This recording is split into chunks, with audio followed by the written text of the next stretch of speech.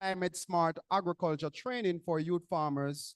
Of course, this project, gender-based violence awareness session right here at Dintil Technical High School. I'd like to acknowledge our managing director and executive director of the Jamaica 4-H Clubs, Mr. Peter Thompson, and you can give him a big round of applause. We also have with us our principal, Mr. Anthony Garwood of the Dintil Technical High School. Give him a big round of applause. We will have a representative from the Canadian Eye Commission to make a presentation later on. We have with us Mr. Garfield Ewart, and he is our Director of Field Services who just stepped outside. So he's also here with us.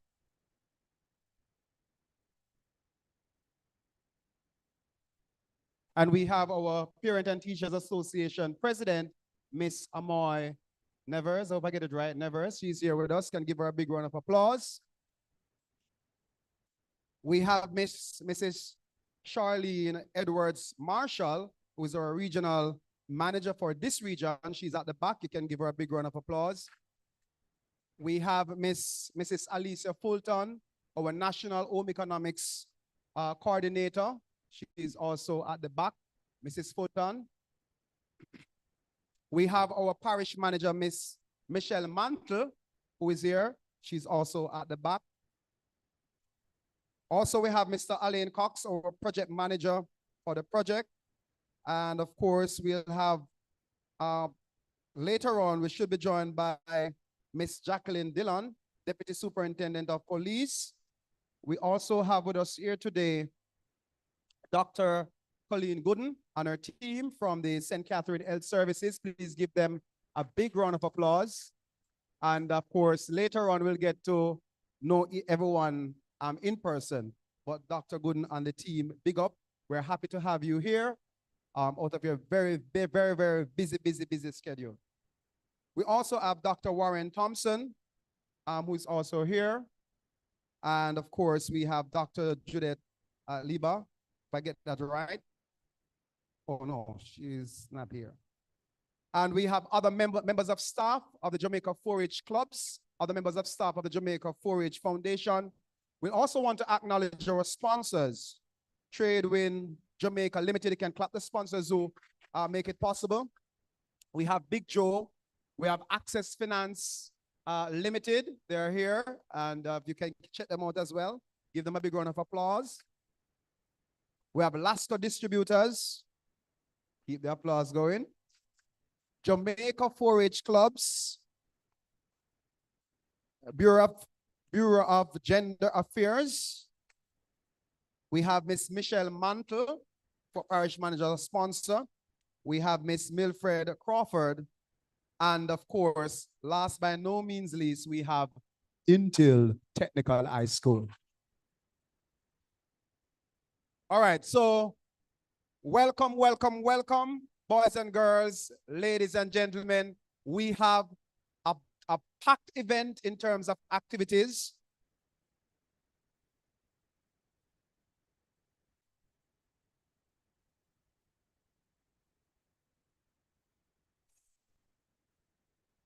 All right. Yes, so are you ready? Lots of giveaways, lots of prizes and surprises.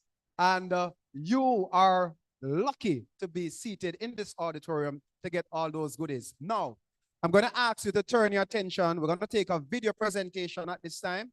And I do hope that our technical team is ready. So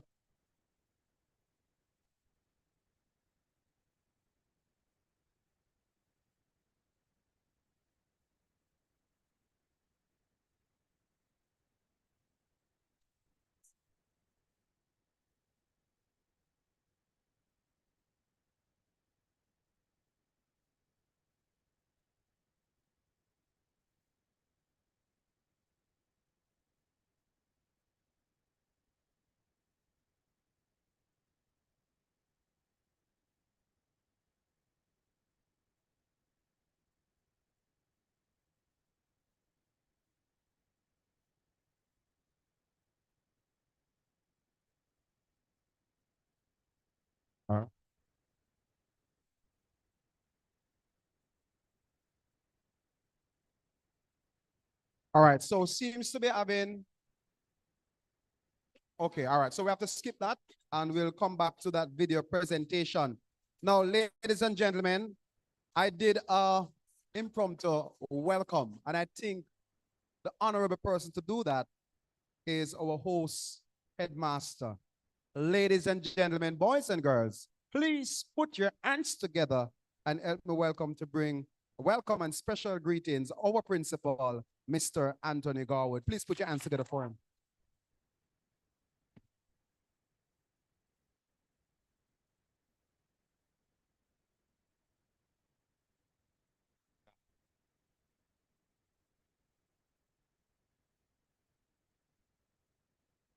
Mr. Master of Ceremony, Mr. Peter Thompson, Executive Director of the 4-H clubs, and other members of the 4-H movement, members of staff, students, visitors from other schools. On behalf of the Board of Management, staff, students, PTA President, other distinguished ladies and gentlemen, we want to bring you greetings from the best technical high school in Jamaica. It is with great excitement that we come together today to launch an impactful gender-based violence awareness for students. An initiative supported by the Canada Fund for Local Initiatives, a dedicated program focused on empowering youth farmers through climate change, agriculture training. This initiative reflects Canada's steadfast commitment to sustainable development, climate action, and a violent-free society, while empowering our young leaders to shape a good future for us in agriculture. And that is by equipping them with our youth farmers with knowledge, tools, and other innovative environmental friendly practices. And we are investing not only in the success of our communities and planet, but we are investing in our youth. You couldn't have partnered with no one else but the 4-H movement. They have been an incredible force for empowering young men and women in agriculture, leadership, and community development for decades. Rooted in the values of head, heart, hands, and health, the Jamaica 4-H Club organization focus on shaping responsible, innovative, skilled individuals who can contribute to national development.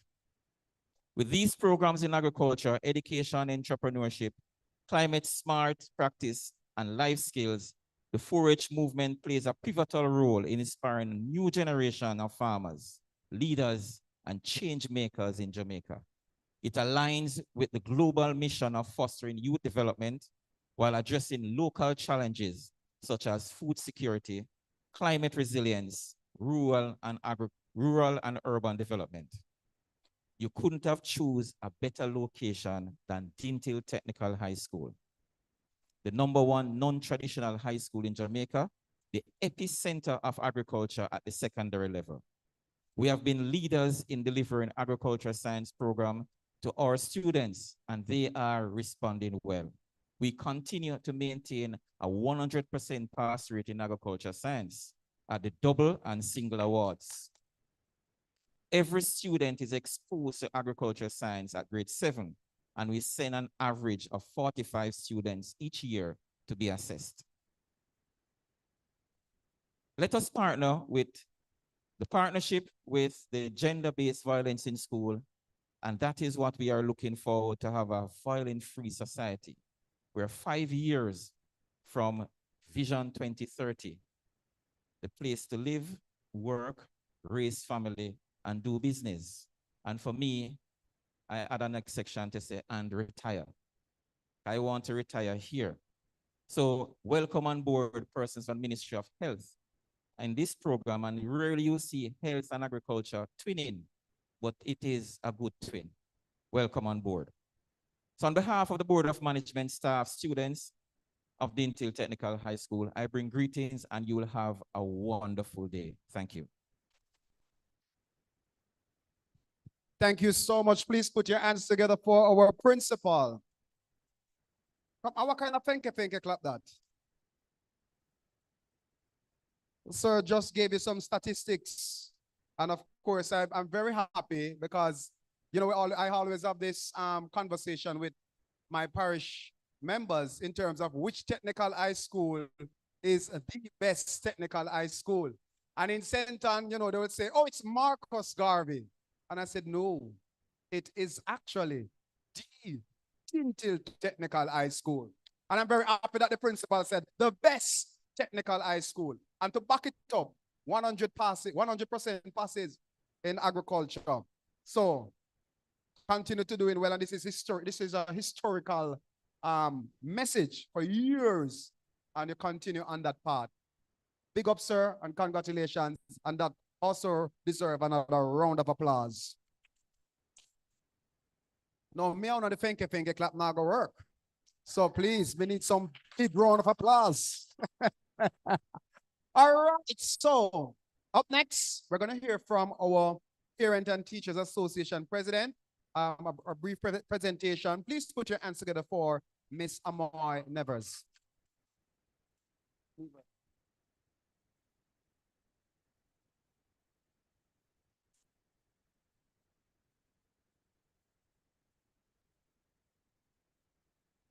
Master of Ceremony,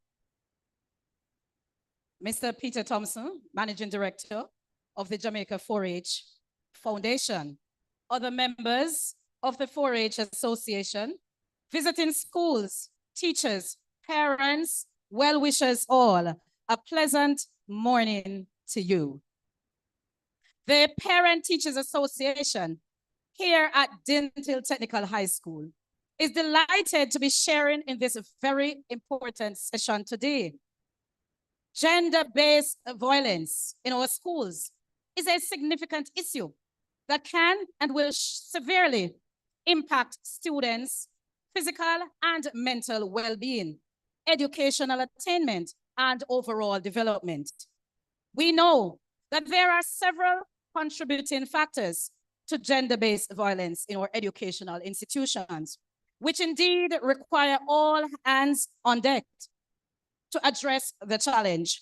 And so, as a PTA, we welcome the initiative to engage with other key stakeholders to remedy and to eliminate anything that seeks to disrupt the peace and purpose of a positive development of our students.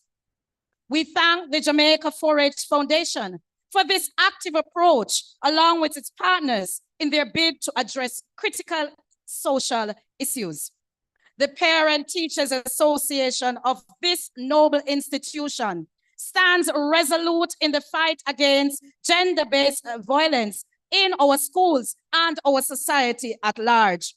We are cognizant of the fact that our youths are the tomorrow, and therefore we must and will not allow for them to fall by the wayside and not succeed in their endeavors.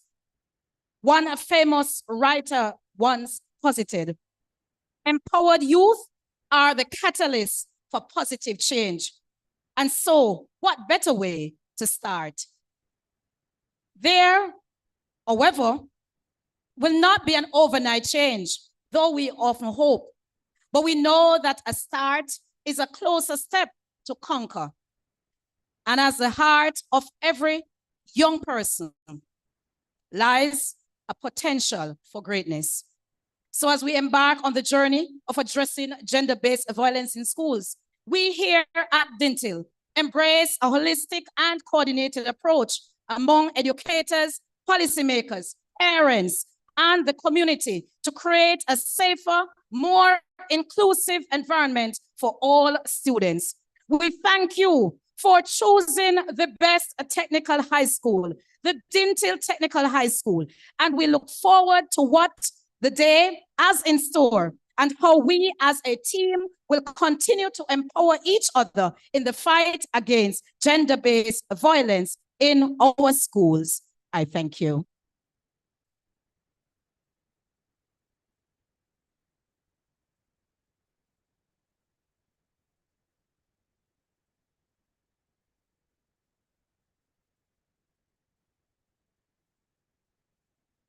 Okay, all right. So very powerful, powerful, powerful message from our PTA president, Miss Amoy Levers. All right, I get it right. Wow, who can give me one quote from her presentation? I'm gonna start with the first giveaway before next speaker. Anyone can stand and give me one takeaway from her presentation, just to see if you were actually listening. Okay, all right, you come this way, come this way. Now listen, this young girl, she has been following the sessions and she has been winning. Here we go. What's your name? Kaylin Douglas, Which grade you're in? 10 Engine Tech 1. All right. Give me the takeaway. All right. What I took away was, in fact, the quote that she said that empowered youth can make a change. But not word for word, but still. And can I tell you something? I've written that down and you recite the same thing. Read it. Empowered youth at the Catalyst of change. All right. So big up yourself. Congratulations. Now she's anticipating what she won. All right. So I'm going to send you to Miss right over there. So you're going to go to that beautiful lady and she will give you your prize. All right. Okay. Congratulations. Give her a big round of applause. Listen. The fenke clap not gonna work. All right. Thank you. At this time, ladies and gentlemen, we are now. Okay. We're going to take an address right now from the opening remarks from our executive director / managing director of the Jamaica 4-H Foundation. But before we have sir, let me just acknowledge the presence of Deputy Superintendent of Police, Miss Jacqueline Dillon. Just wave to the audience. So she's here. Give her the normal welcome, please. Right. So, please put your hands together, boys and girls, and give me a every 4-H clap to a man of action, our executive director, Mr. Peter Thompson.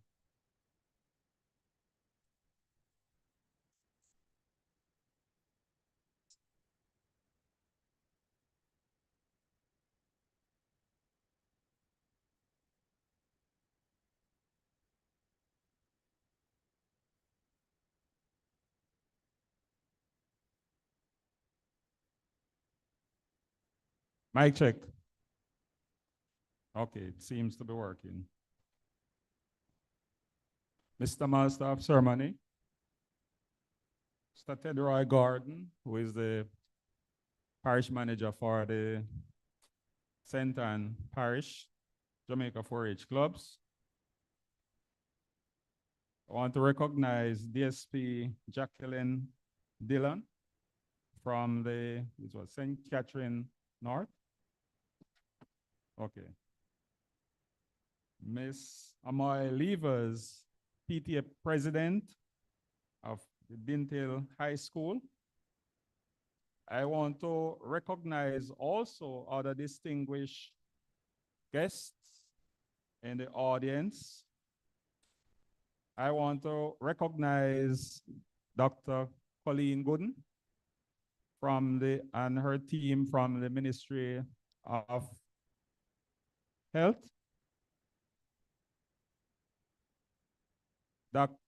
Dr. Warren Thompson, Director of Children and Family Program, Child Protection and Service Agency. I want to recognize the representative of the Canada Fund for Local Initiative. I don't know if he or she is here. Our distinguished 4-H members. I will not name you individually because you're numerous and that would take time, but just want to recognize the hardworking 4-H team.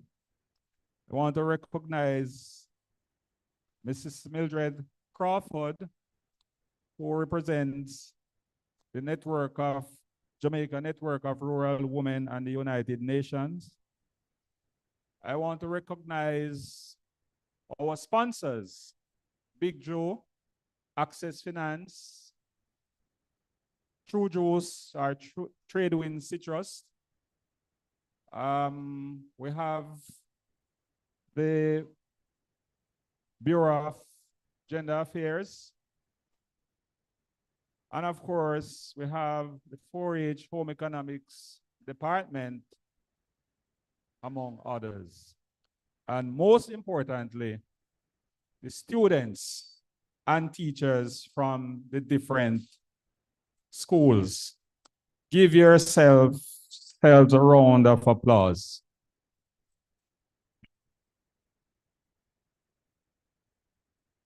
Now, the Jamaica 4-H Foundation Limited is an extension of the Jamaica 4-H clubs. And the foundation is responsible for searching, looking for funding to support our rural youth program or programs in Jamaica. And we have a very good track record of implementing projects funded by various agencies. Now, the Canada Fund for Life initiative is one of such grant projects that we are implementing.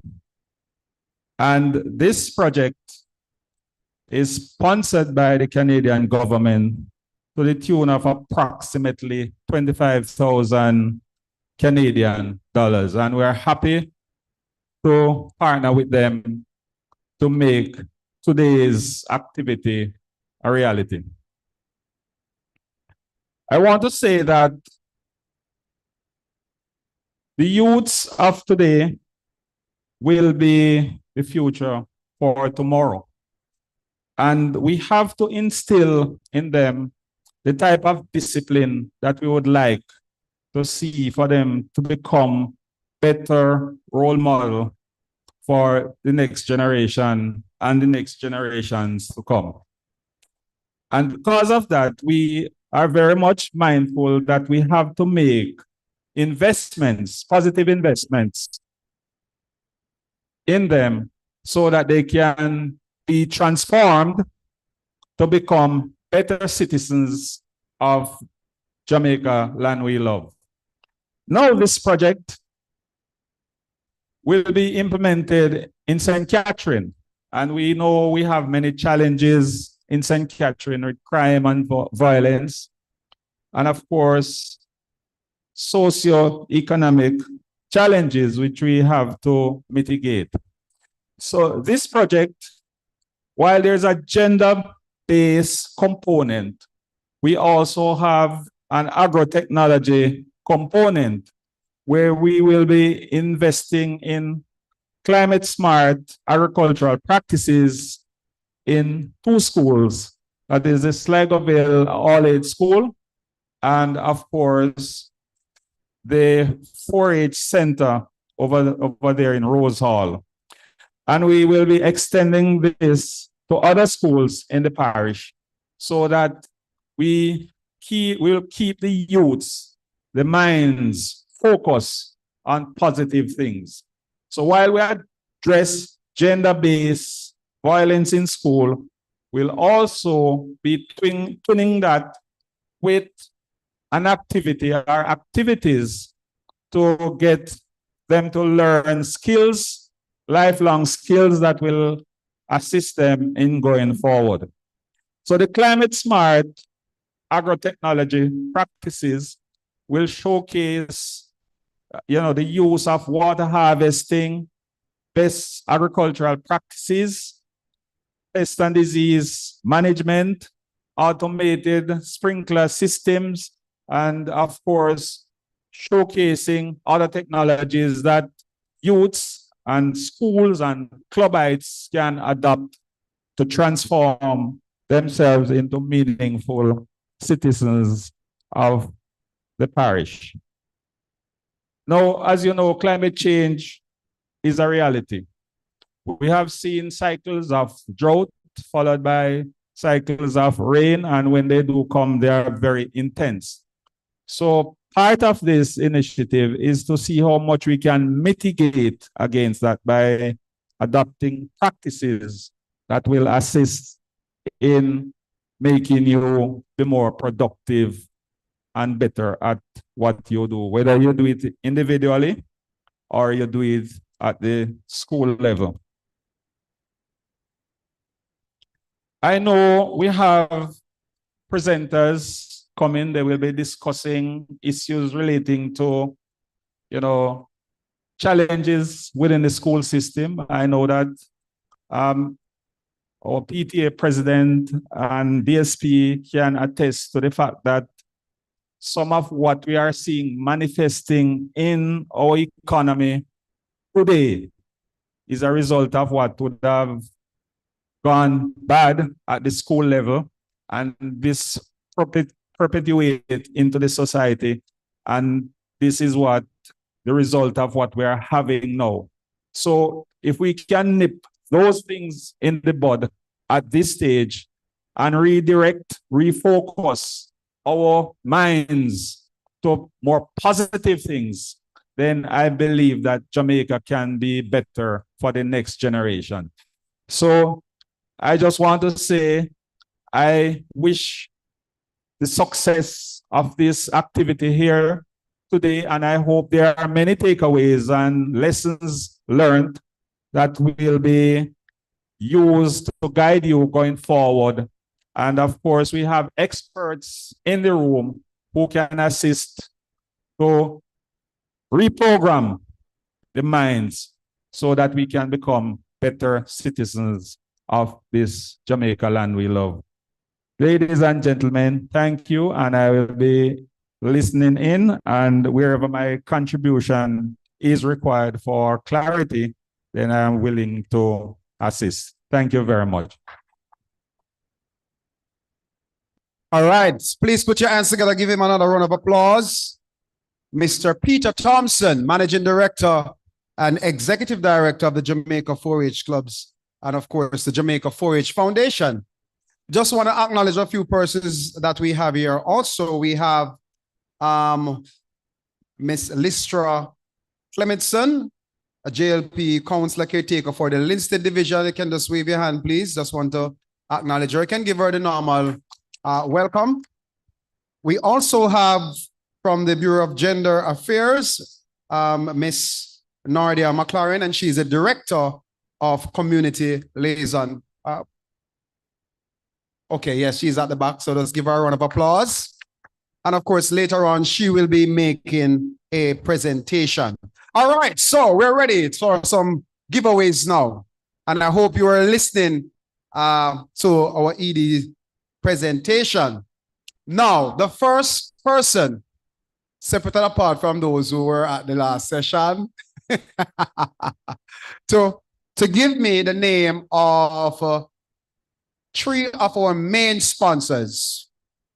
Wow, your hand went up first. Come this way, please. So give me the name of 3 of our main sponsors. What is your name? Nady Johnson. Which grade? 11 Home Tech. School? Dintil Technical High School. And the correct answer is? Big Joe, True Juice, and Lasco. Congratulations! All right, so so let's go right over to Miss Mantle. Let's go right over to Miss Mantle to claim your prize. All right. I'm not sure if the students would have received an agenda, but I'm going to ask something. You heard what is happening in America? Anyone heard what is happening in America? Yes, but there's a recent development that happened. I think it was this week. You heard what is happening in Florida? Eh? Snow. And did you know that Florida and Jamaica almost have the same kind of climatic zone? Right. So climate change is real, don't? It's happening. Right. So we're going to ask 2 climate smart questions right now. So here we go.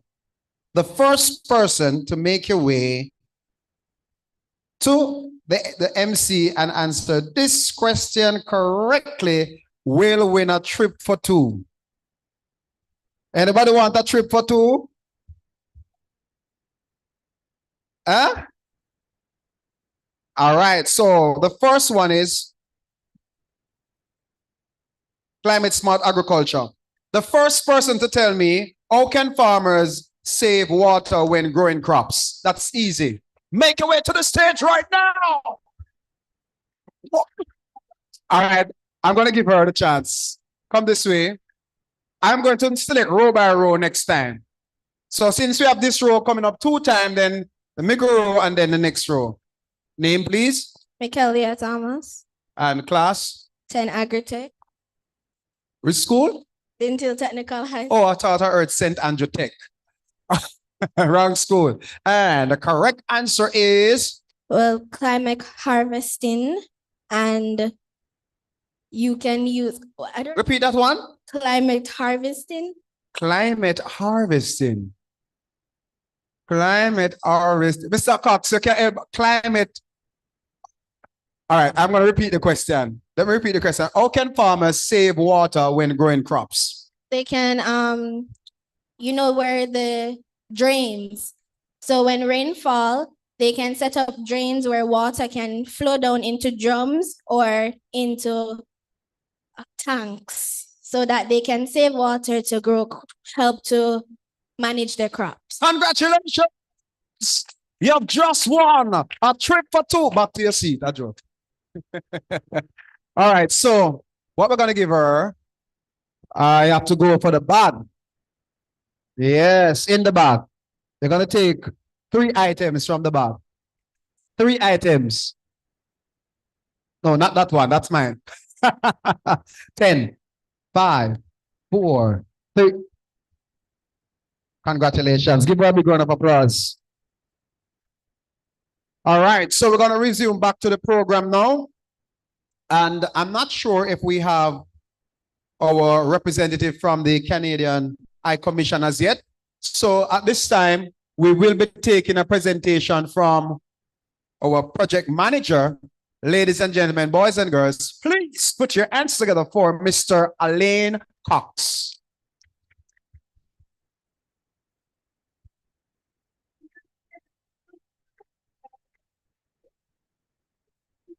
Thank you so much, Sir Gardner. Good morning. Deborah, it seems like their belly's over full, man. We're not hearing. Good morning. We can do better than that. Good morning. Yeah, well, oh boy. I am hoping that by the time we should have concluded ED, they will be all vibrant and full of vibes and energy, all right? So, it is my task to share an overview of this project. And the name of the project would have been echoed numerous times since morning, and it's Climate Smart Agriculture Training for Youth Farmer. And the implementing partner is the Jamaica 4-H Foundation 2016 Limited.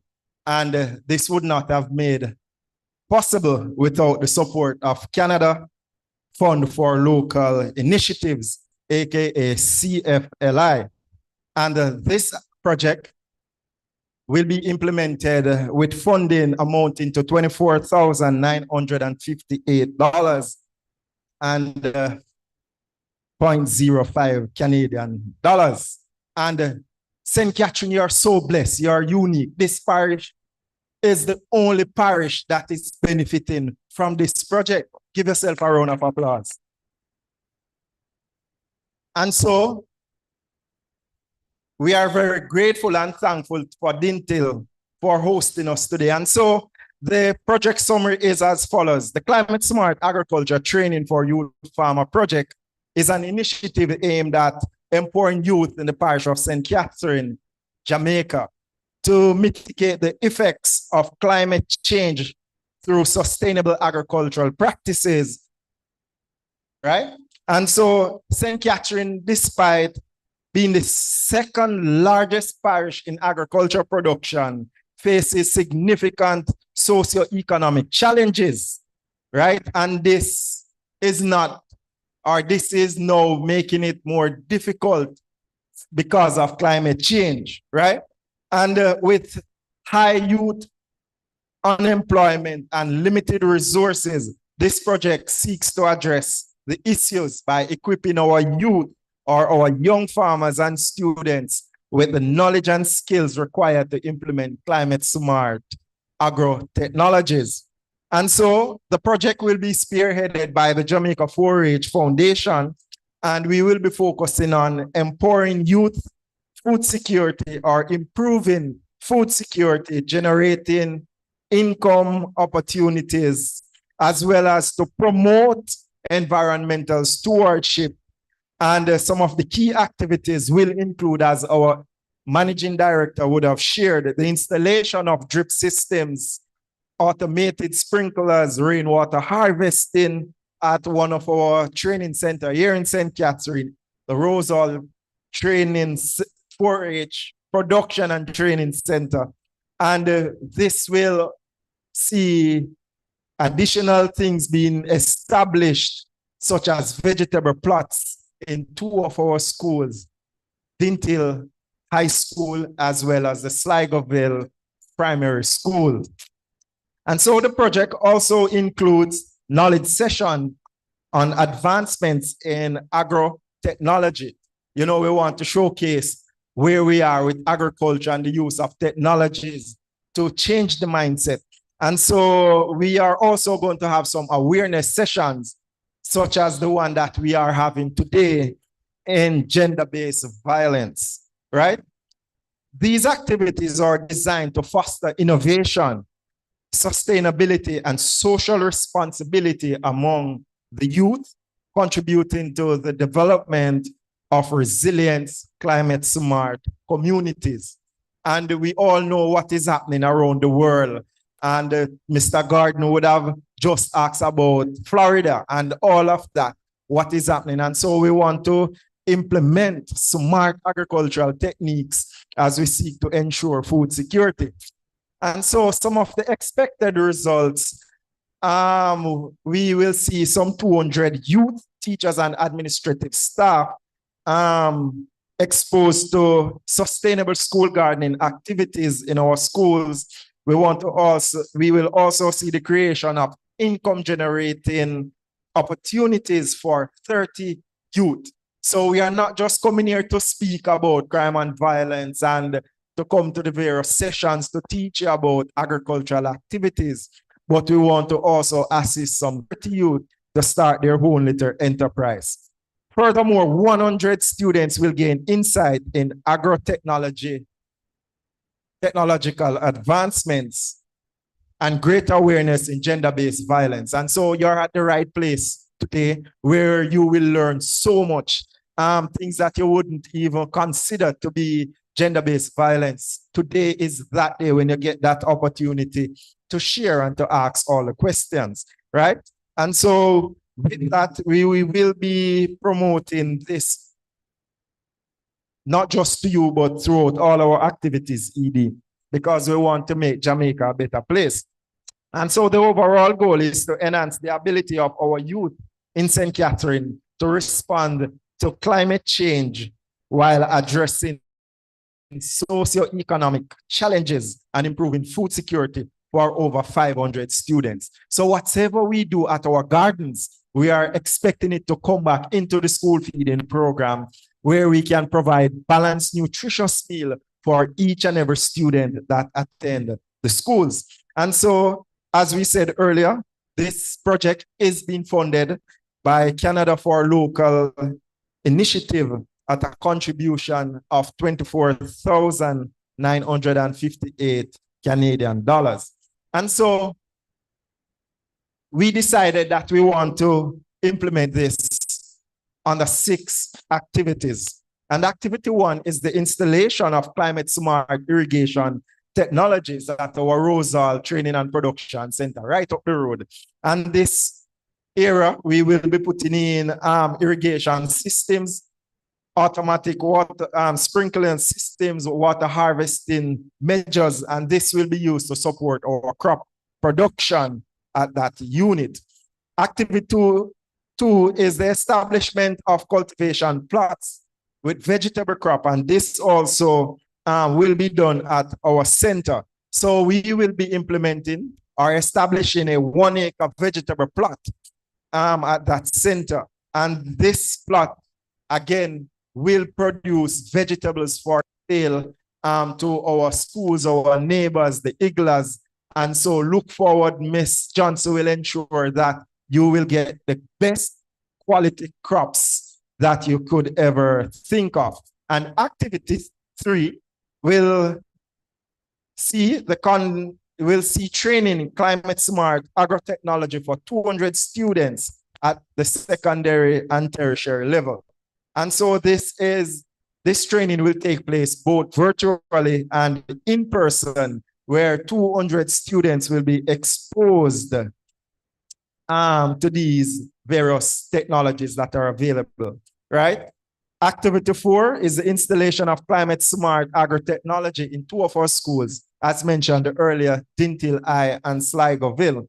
And so these schools will benefit from the installation of rainwater harvesting methods or techniques, as well as the installation of irrigation systems to support the crop production unit that they have.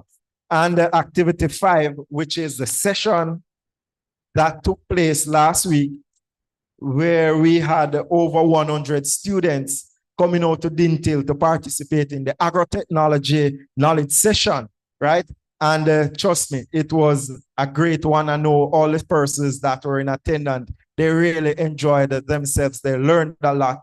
And we are hoping that the information ED will not just reside with them, but it will now go back to the various communities and it will be adopted.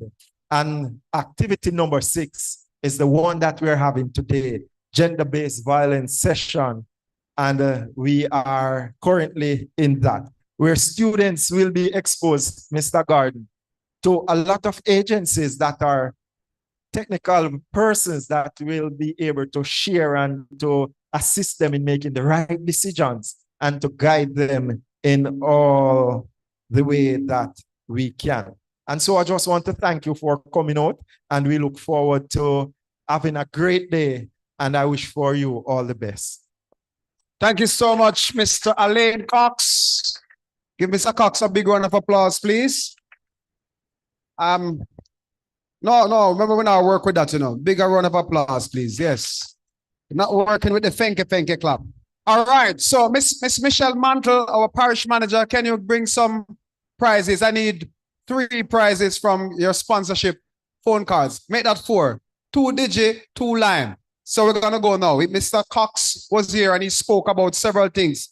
And I'm going to go in the audience for giveaway. So we're focusing on the second row, middle row, right? So he mentioned quite a few things. And here we go. Miss Roden, can you be on the standby with me? Can you bring the prizes, please? Because we're gonna give away at least 3 for this row and 3 for the next row.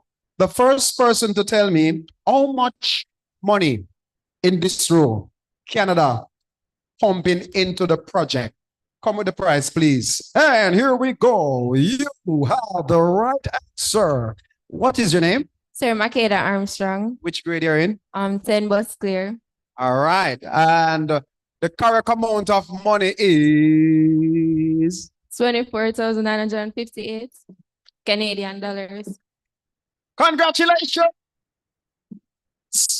Even though you left off the 5 cents, but you are correct. Give her a big round of applause.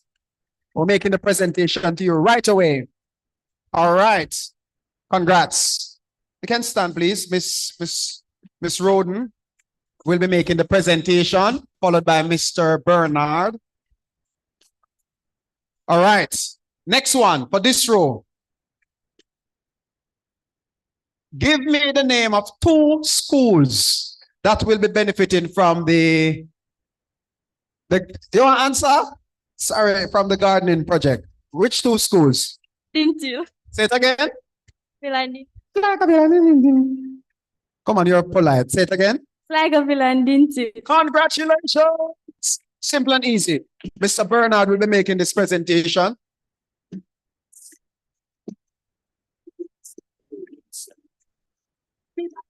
All right, this one now is for, I'm going to choose a school from Charlie Mount. One student from, oh, not too shy. I'm going to pick pound today.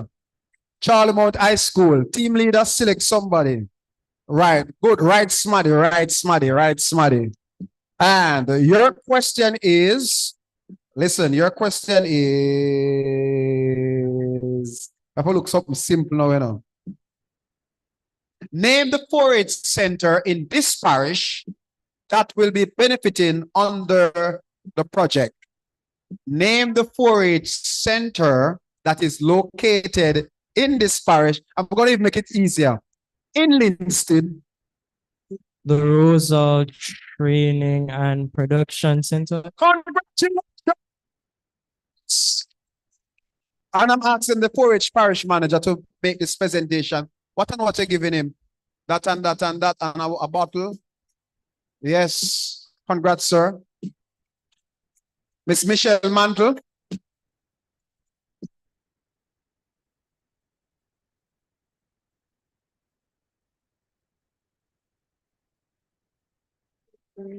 All right.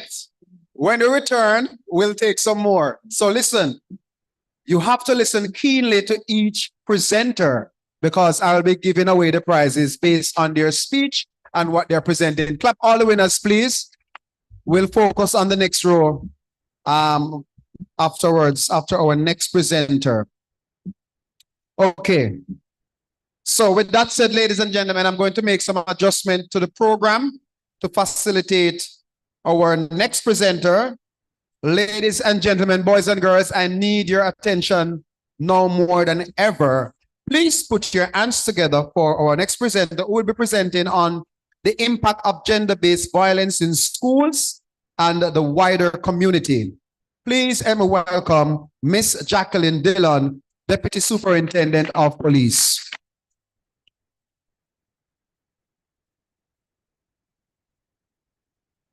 Mr. Master of Ceremony, thank you. Sir Thompson, all the teams members from the Jamaica 4-H movement. But most importantly, before I go to our stakeholders, students, Wagwan. No, sir. I live in Linstead for how long? And I still have connection in Linstead. And I'm going to say it again. Students, Wagwan. Big up on yourself here. Yeah, man. All our stakeholders, I have the political representative here. Welcome, madam. Good to see you. I have my partner, representative from the Bureau of Gender Affairs, who are my partners. That's Access Financial, eh? And all the other partners, I want to say good morning. Now, I'm asked to talk about gender-based violence in schools. But I want to break that down a little bit and call it teen dating violence in school. You understand that, right? So pardon me for moving away from the podium. I hate to stand there.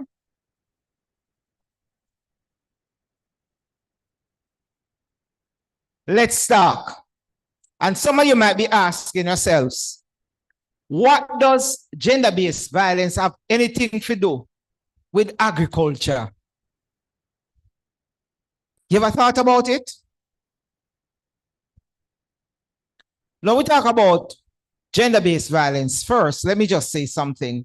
Many of you may understand it to be intimate partner violence, but it's not just intimate partner violence, meaning persons who are in relationships or persons who were in relationships. But we're talking about family violence. We're talking about mother and father, sister and brother.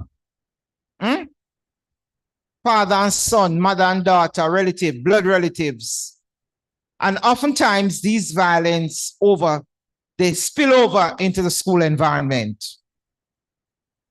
Just about 2 weeks ago, we found the body of a 15-year-old who was pregnant and she was murdered. Want to know about that? Want to hear the news? About 2 years ago, we had a 15-year-old who killed her boyfriend. Boyfriend was a teenager too. And I can stand here and relay a number of stories to you. Time doesn't permit that. When we talk about teen dating violence, we're talking about children who are in violent relationships, intimate partner, or have been abused by family members. It happened.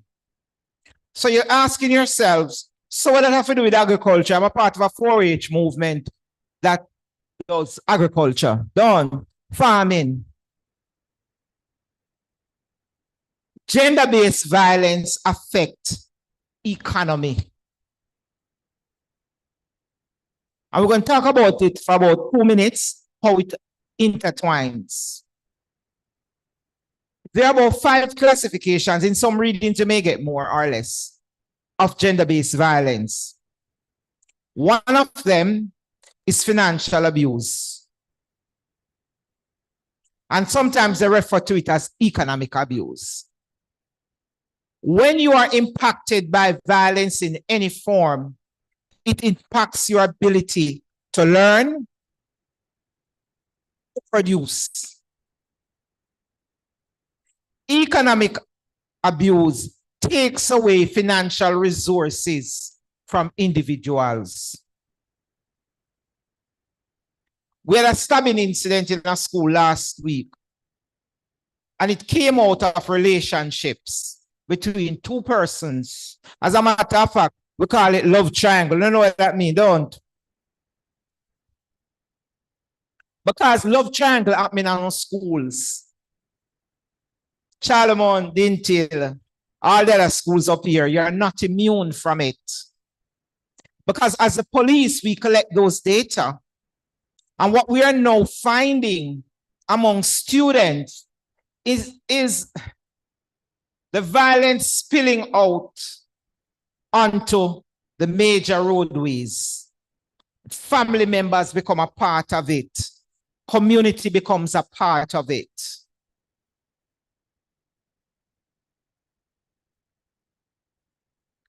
A question.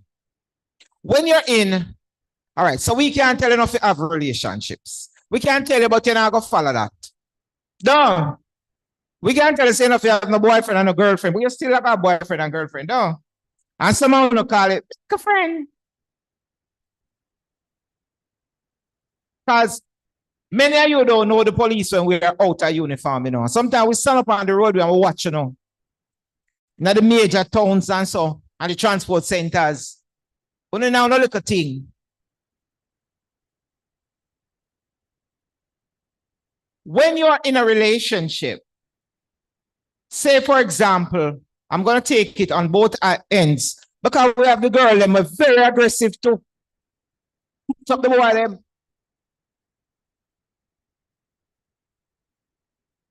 Now here is an experience I had with 2 15-year-olds who were in relationship. Saw the boy one day hanging on to the collar of the young lady.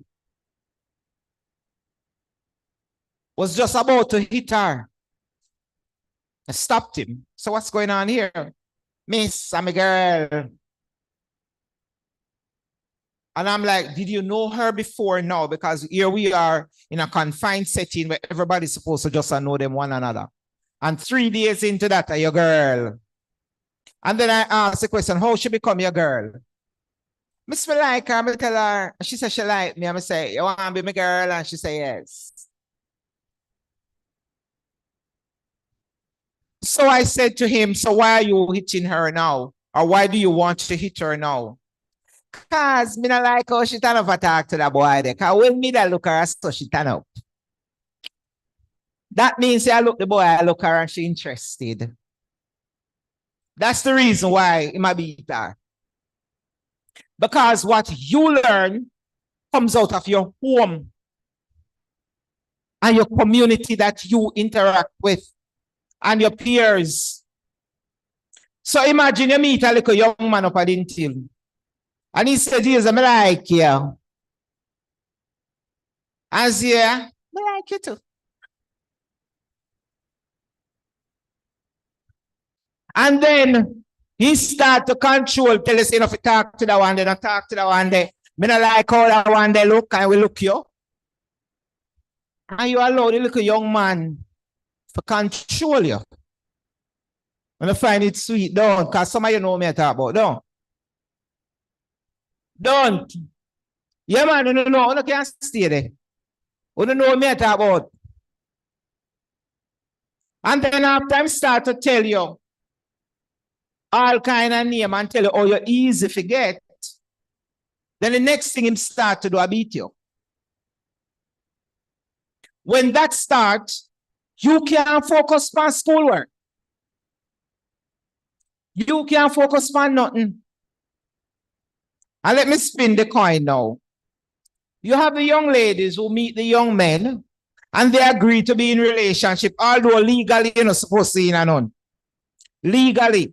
But we can't stand up at your door every day and tell you, say, you're not ready for that yet. We can tell you, but you must agree. And then you see the young man talking to one of your friends.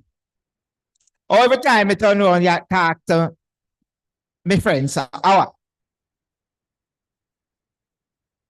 then you pass, you give one lick in the head and hang on, probably say, come on.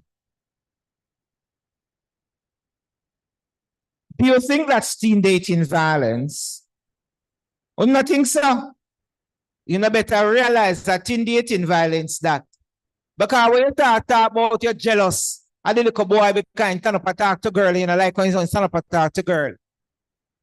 And when you start to track him, you take all his cell phone and I go in night and I look at who he might text. You see, Dintil is having a good time over here. But on this side, they're very quiet. But they know me to talk about.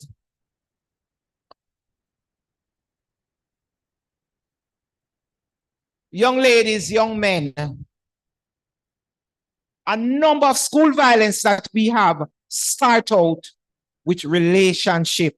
Last year, we had about 7 schools, prominent schools involved, that had a brawl started in Kingston, go to the transport center, end up over Portmore, end up in a Panishtown. Under the grace of God, why not end up in a Linstead? Started out of a girl in a relationship with a boy, or supposedly, and then it is alleged that she's in a relationship with another boy from another school. A love triangle that. That's what we call it. Love triangle. So one set of youth take offense to the fact say another youth from another school at this, them brethren, can him go look, them brethren, no man. And it started with problems. It gave us a lot of things happen. And we had to intervene at varying levels from the Ministry of Education to the police to quell those incidents. I'm saying to you, Dintil, Charlemont, and all the other students who are here, that you have to understand self. So I'm going to give you an iPad to help you to understand self. Where gender-based violence is concerned, in order for you not to get caught up in it, you have to have and know your identity. You have to know who you are. So you're not represented by your name only. You're represented by who you are as an individual. And it means that you have to set standard so that you don't get caught up in pressures that will lead you to get involved in relationships that are violent. There are a number of school children, young ladies, teens, adolescents who are dying out of domestic violence. And then we have, within the context of identity and domestic violence, we have the other component of gender-based violence. The world has evolved so much that when people get into relationships, we used to say, a boy and girl, don't. We talk say a boy and girl have relationship, don't. I'm not going like you know me I talk about. But we evolve now because girl and girl have relationship and boy have relationship. I saw it go. And it means that our norms are changing. Acceptable norms are changing, but they are not changing as rapidly as persons getting in relationships. It's not changing as rapidly for persons to accept persons who are in same-sex relationship. Me might not like it, but me not come in your bedroom. Because that's my role. My role is to assist you in dealing with it. So we talk about the aisle that talks about you, who you are. Because when you're in a gender-based violence relationship, it reduces your ability to identify self because you become dependent. Not only dependent, but everything the other party say you are, that's what you started to think that you are.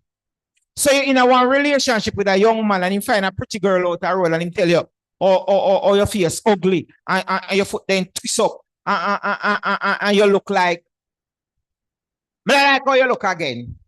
But it mean like when you look when you just start talk to him.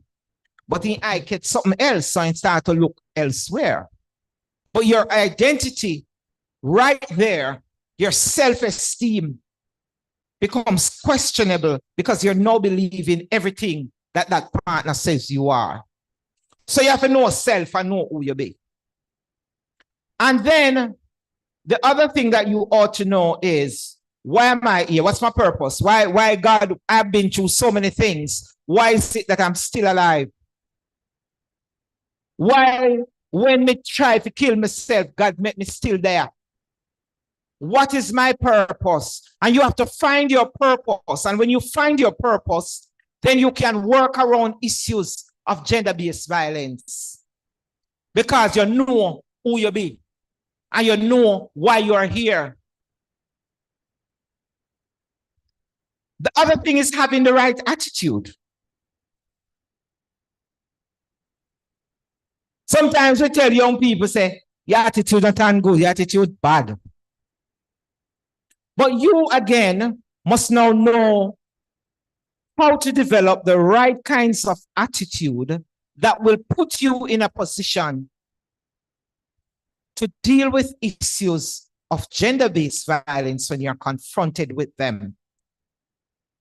So if you understand your identity, if you know your purpose, if you develop the right attitudes that you will need to survive in a changing world, then you're well on your way to accomplishing your destiny. That's what the D is for. So I tell you, I'm going to give you an iPad.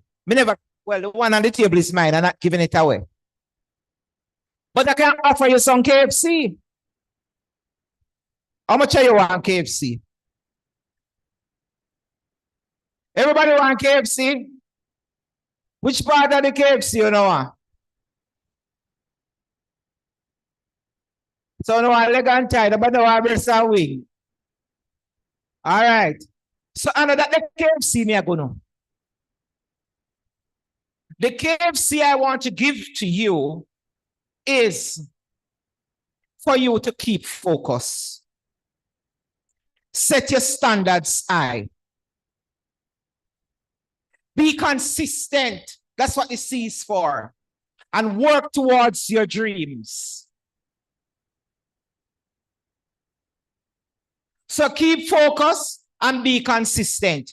If you have these qualities, when you're faced with gender-based violent issues, then you know, say you're going to find somebody to talk to, or you're going to say, I'm not ready for the party yet.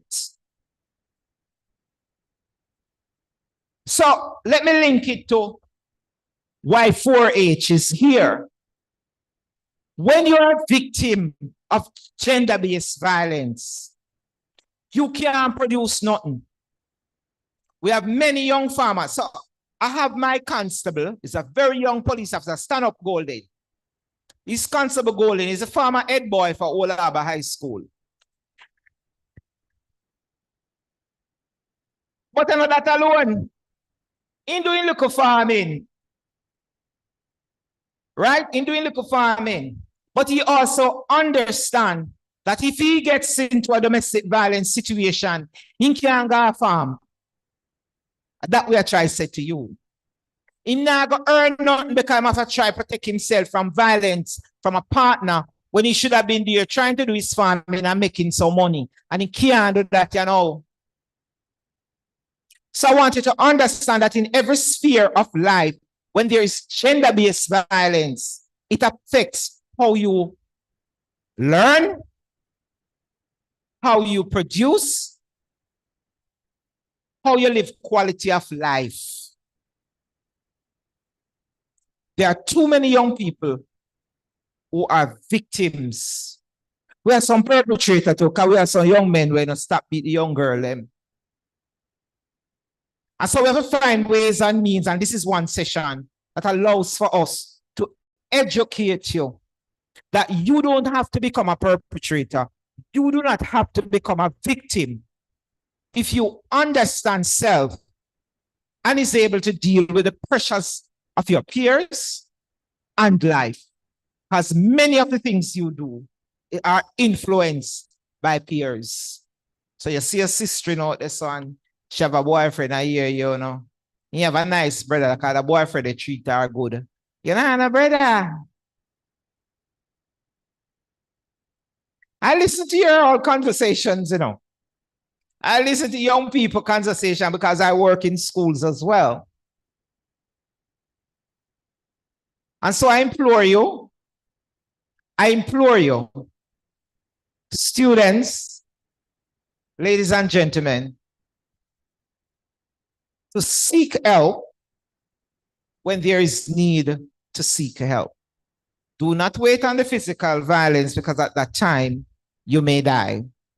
So when you want somebody to talk to about relationships that you may in, find someone who you can trust to talk to you objectively. So ladies and gentlemen, I thank you for listening to me. Have a great day. Wow. Who want KFC? Yes. All those who want KFC, put up your hand. Yes. Put them up. Put them up. All right. Take out the money. Don't someone want KFC? You don't have to pay for it. Don't. Anybody want a big deal? A meal deal? A zinger? Zinger on the one. Well, look here. Make sure someone out the farming because all that KFC you're eating coming from the farm. You never know. Yes. All right. So please put your hands together and give the expert, Miss Jacqueline Dillon, Deputy Superintendent of Police, a big round of applause. She's talking facts. All right. And from real life experience. All right. And at this time, I'm going to invite our Executive Director, Mr. Peter Thompson, and also Miss Jacqueline to come back for a presentation. So we appreciate her and we want to give her a small token, but it kind of heavy still. As gratitude.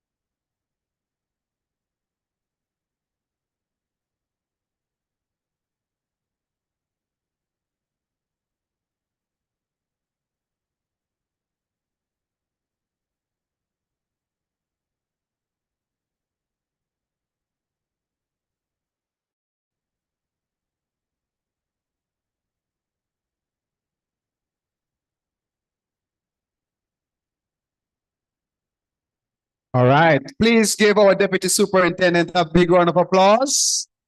And also to Constable, I did not get his name, but Ed Boy. Big up yourself. All right. Very proud of you. I myself was an Ed Boy back then.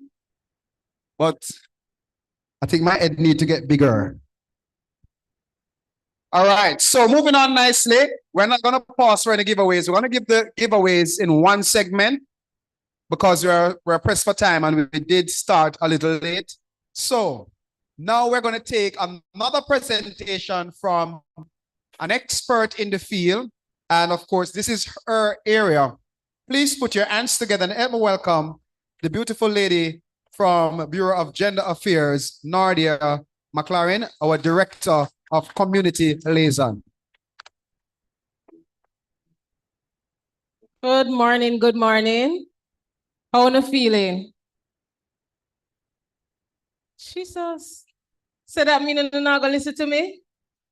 Yes, no, maybe so. Because I'm not talk about woman, not gonna listen because I love you about man and woman business. Yes? Stop it. All right, so I'm going to break the ice with a little video presentation. So put your eye on the screen.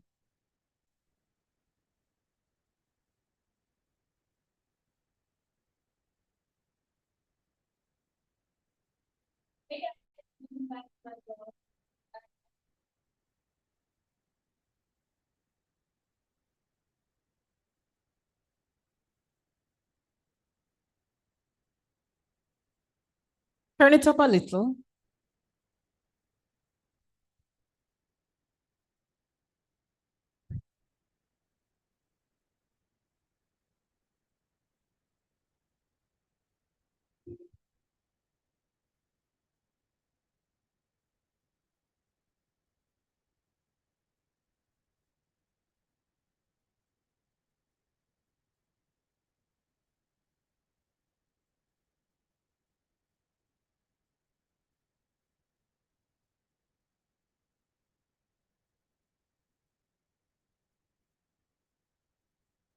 I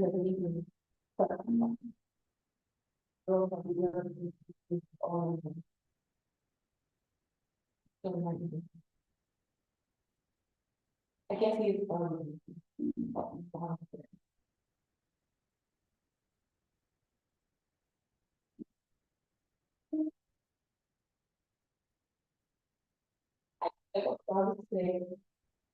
no, it's not Mother's Day or like even a special day.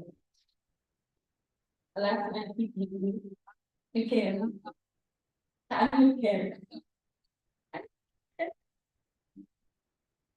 It was worse, much worse than any other before. He wanted to sleep with me and I'm on my period, so I don't want to choose the faith and he had to.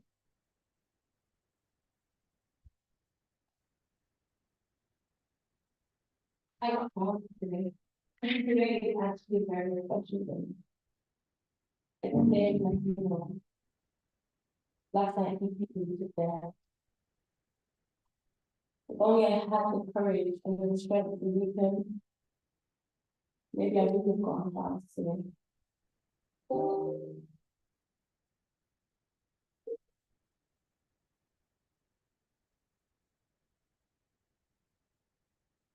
How was that? So don't. How you feeling? You saw the last day that she got flowers? Where was she? She was dead. She was dead. That's the last day she got flowers at her funeral. So that is the reality of gender-based violence. Most times, it might start off as emotional, financial, verbal abuse, but it is serious. A lot of the violence that we see in Jamaica today stems from gender-based violence where children, teenage girls, teenage boys, women actually end up dead. So it's not a laughing matter like, oh, It starts from the searching of the phone and those small things. Yes. Ringing your hand, giant in a corner, watch you, stalk you, but it leads to physical abuse. And this physical abuse sometimes, most times, leads to death. Death or trauma that you cannot undo for the rest of your life. So, as Miss Dillon said earlier, if you or anyone you know is in an abusive relationship, what are you going to do? What are you going to do? Raise your hands. Report it. Seek help. Poison him. Like me always say, woulda leave, but it's not easy for enough people now, you know? Because what about, say you're married early and you're experiencing gender-based violence and you have a child, you're gonna readily get up and leave? So now go just stay there. What now go do? Me not hear that talk there. What now say? You take a picnic and leave. You remember she said with the farmer, him can't go back and feel, because when he take the picnic and leave, who gonna look for you? The man just a go make it go on. You go fight in a court and he just a go take it. All right, so there are things where you can do to nip it in the bud from early. If you are anyone you know, even you, if you're a perpetrator of gender-based violence, get help. Because the thing is, we grew up in a Jamaica that normalizes violence in every form. Parents, teachers, siblings, friends and friends, violent. You meet a friend and them see out the road, them and say, hey, big this girl. Excuse me, who are you talking to? That is violence, you know. The way we talk to each other, the way we taunt each other, it's emotionally abusive. Sometimes you go home and you have to think, say, you're confused in your mind from where even a friend, a teacher, your parents say to you, don't? Even when you reach older, you still think about it. Right, so I know it is the harsh reality of the Jamaica that we live in, a very violent country. I am going to do a little presentation that will educate you on what gender-based violence is and what to do.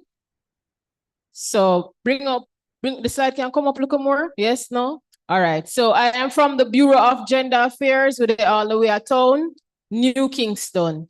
Our agency specifically looks on issues of gender-based violence with women, men, girls, boys. There's a CPSFA that focuses on children, but we also do education in the schools in order to help young people like yourselves to stop doing violence. All right. So I'm going to go into it. You can skip.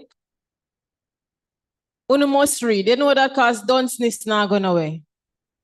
You know that, right? Oh. From 25, I have like 2 masters. Know that? Yeah. So when we go in our workplace, me not for, yeah, me not fear look nobody for help me because I help myself. My mother instilled that, but not everybody get that. So I can tell everybody that education is the key. Education is the key for take you out of poverty, for take you out of everything. As women, as men, we make better choices if we have education or a skill. You know that, right? If you don't have no money, what you gonna do? You go box round. The person who might can help you, give you one phone. Hey, one voice, yes. And that other done voice, me. Yeah. Yes, because this is important. So you don't have nobody for help and help come along. The help can be violent, you know, them coming up. You see how the man that did nice in the video? Him handsome, don't? Oh, so if him come handsome then, nice car and Maggie, everything. Then him end up, him not go violent today, 2 years in. Violence. What you gonna do? And you not have no education. You not have no skill.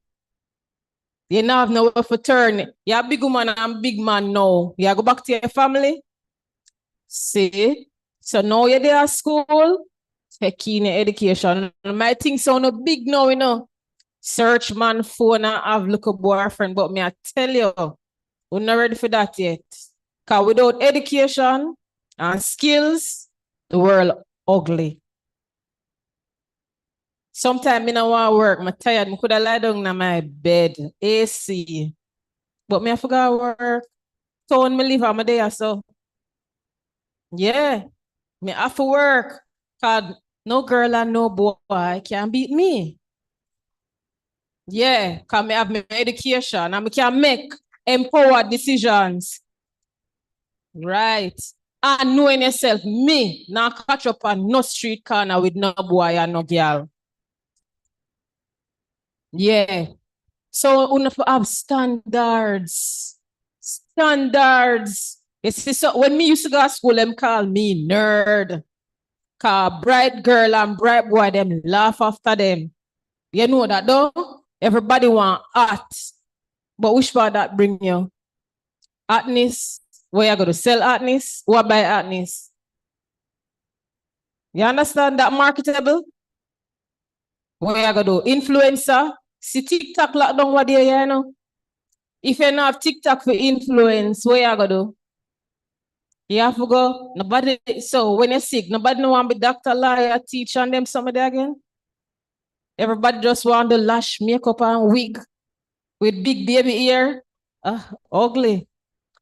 So, anyways, when you read them things, you know, it's very important. So, in Jamaica, we have things to protect children, like we have the Child Care and Protection Act. So, if a child is being abused, the act there protect them. You see, in a foreign, this kind of new, but Jamaica come there where children can call police on them parents if them parents abuse them. Yeah, Jamaica reaches that too. Yeah, so with CPSFA, they'll present, you can call 211. If you or anyone you know is being abused, and then we help you. 211. Or if you see any abuse of any child, call them. Me a informer, me not afraid. I call police and I call 211 because me know the signs. For example, one day I'm there in my house, I look through the window, I see this big man, I bring one little girl every weekend in our little room, I promise her for print her schoolwork. Me I say, watch your style, yeah. Me know what I'm doing now. Of course, I call police for him. I have to do it because I'm a job. But things I wanna know like grooming. Enough people will groom you, man and woman, groom you into things and then me pretend like them nice. Gear things. Little them a touch up on your hand, on your foot. Sooner or later them start body up. Them know say mother na lunch money for give you. Them a give you lunch money. Then them a say, oh, you have boyfriend, you can't have no boyfriend. Them a try control you now. Grooming. Bring you in a room, make you get comfortable. Things like that. It's called sexual grooming. I don't know them style there yet, because I'm young. Yeah, sooner or later, sex, you know, off, innocently. It happen to boy and girl. Don't think say a boy alone, girl alone it happen to, because I know it happen to boys. I know because I work in the field. Me I sure know a story with boys, one boy story. This man, the boy never knows him. He's a homosexual. So him like an uncle to the family and him give him lunch money and food and help him. 2 years later, him say, make the little boy watch homosexual porn. The boy, you know. Yeah. Groom him. So no don't know. If you don't have it, a period now of it, go talk to the guidance counselor and get help because there are predators out there. We are grooming undercover and will exploit, you know.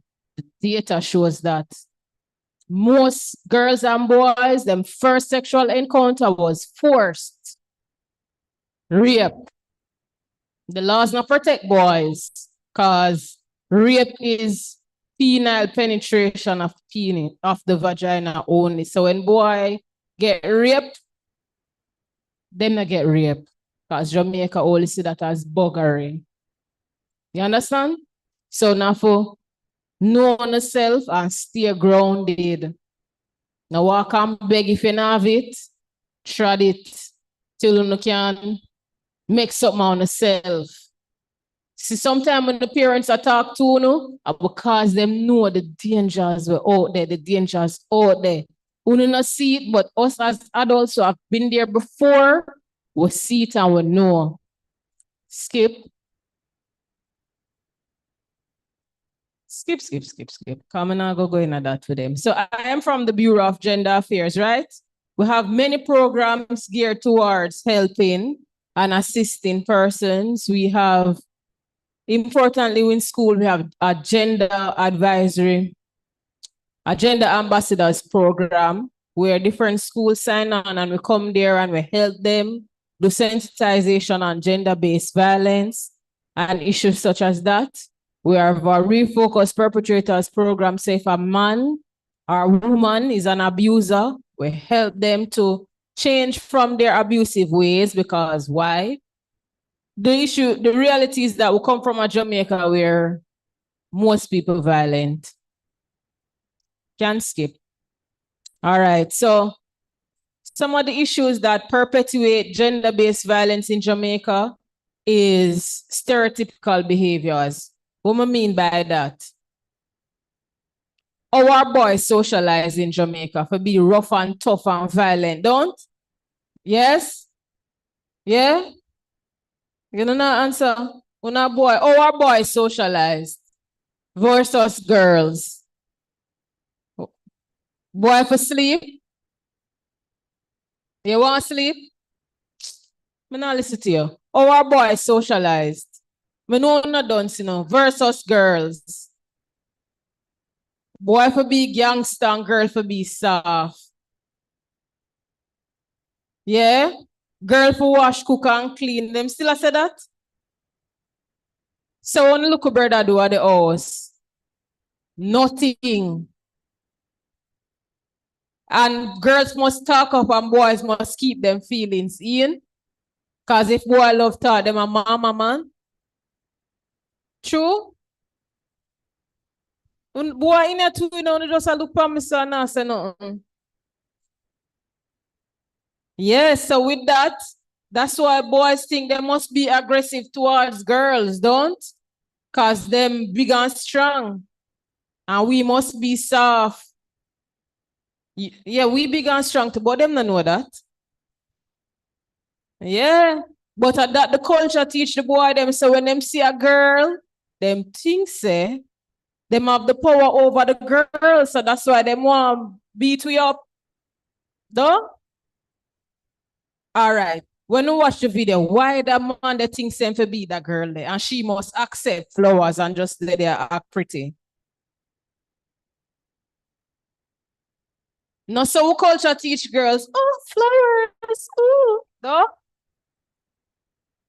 So I like, you know, when no boy never go to nothing yet.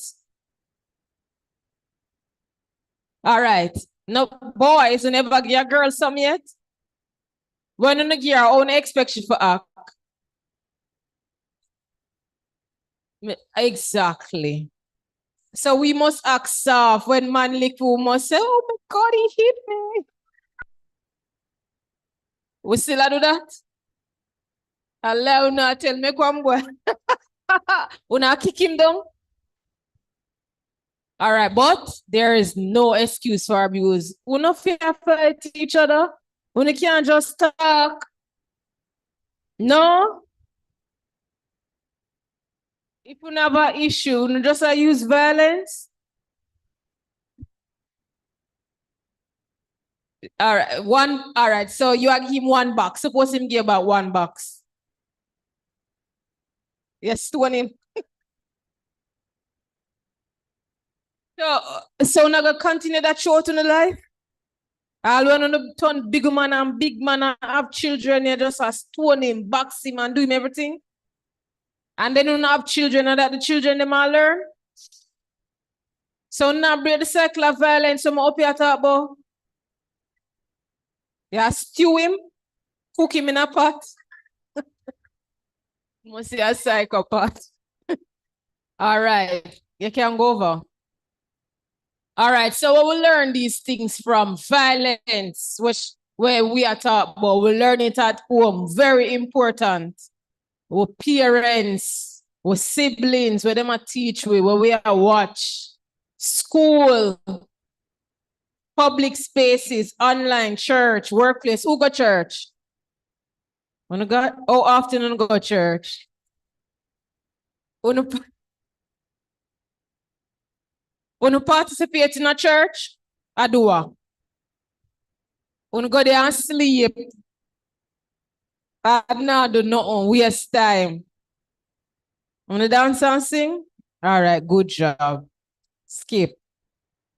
All right, so gender-based violence, so we are talking about is a big term.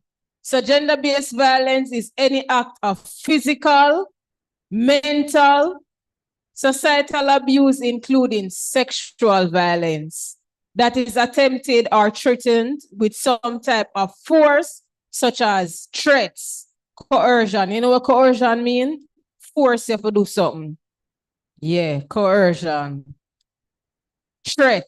Some threatening you say, me I go mash up your things them if you not do this. Me I kill your dog. Me I kill your cat. Me I mash up your phone. Me I go extreme. Me I go burn down your house. Some people say that, you know, me I kill myself if you not do this. Them all say that. And kill you and kill myself. Yeah? Manipulation, them trick you. Trick your man and say things like, yeah, you don't know how boy trick girl or girl trick boy. Yeah. Deception, cultural expectation, weapons or economic circumstances, and is directed against a person because of his or her gender roles and expectations in society. So girl and boy and man and woman, when me expect someone just beat you because of that. Yeah, cause girl for soft and man for rough and me at the dance, I'm just kicking in your face. Una come now, una come. Skip. All right. You can go over. Types of gender-based violence include trafficking in persons. You ever hear about trafficking in persons yet? We won't hear about it. When you sell people. All right. What popular form of trafficking in persons is, for example, if you're looking at the newspaper and you look online, they might ask for have job placements. Them not tell you where you place there. Them you just have a number. You show up for your interview and you never return. That is a form of trafficking in persons, you know? Another one.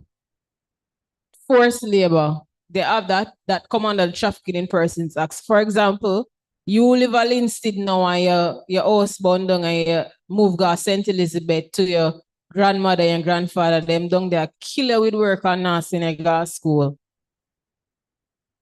Form of trafficking in person. Yeah, enough people experience that. Uncle or the grandfather start raping a child, trafficking in persons. A mother, a send her daughter or son out to a man or a woman for sexual favors or money, trafficking in persons. So you have different forms of trafficking in persons. Bullying. Who are bullying here? Raise your hand. Who are hide them on? Yeah, bully. Where you learn that from? Sexual harassment. You know what sexual harassment? What? So, Jamaican full of sexual harassment. You go to road, people are touch up on your body. You never see that yet? So it's any unwelcome or unwanted sexual advances towards a person. Y'all go in a bar and you see all one bag of nakedness on the wall. Those are visual forms of sexual harassment. Yes, because you have different types of sexual harassment. Imagine going to your principal office and see there naked woman on the wall or naked man. Eh? Yeah. So those are visual forms of sexual harassment. Touch upon your breast, kiss you, or scratch out your hand miggle, or long out them tongue. Yes. Sexual harassment. Una come. Incest. You know what incest? What incest?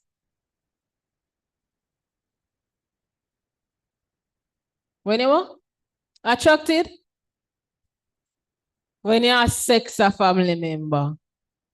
Yeah. Yeah. Mm-hmm. It happens.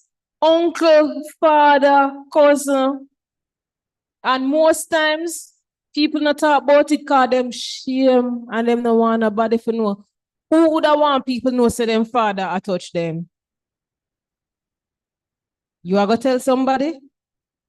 Suppose your mother I touch you. It that me no? You're a surprise. Mother touch children, uncle, auntie, brother, sister. So there are different types of gender-based violence where people experience. Rape. Rape includes fear, fraud, and force.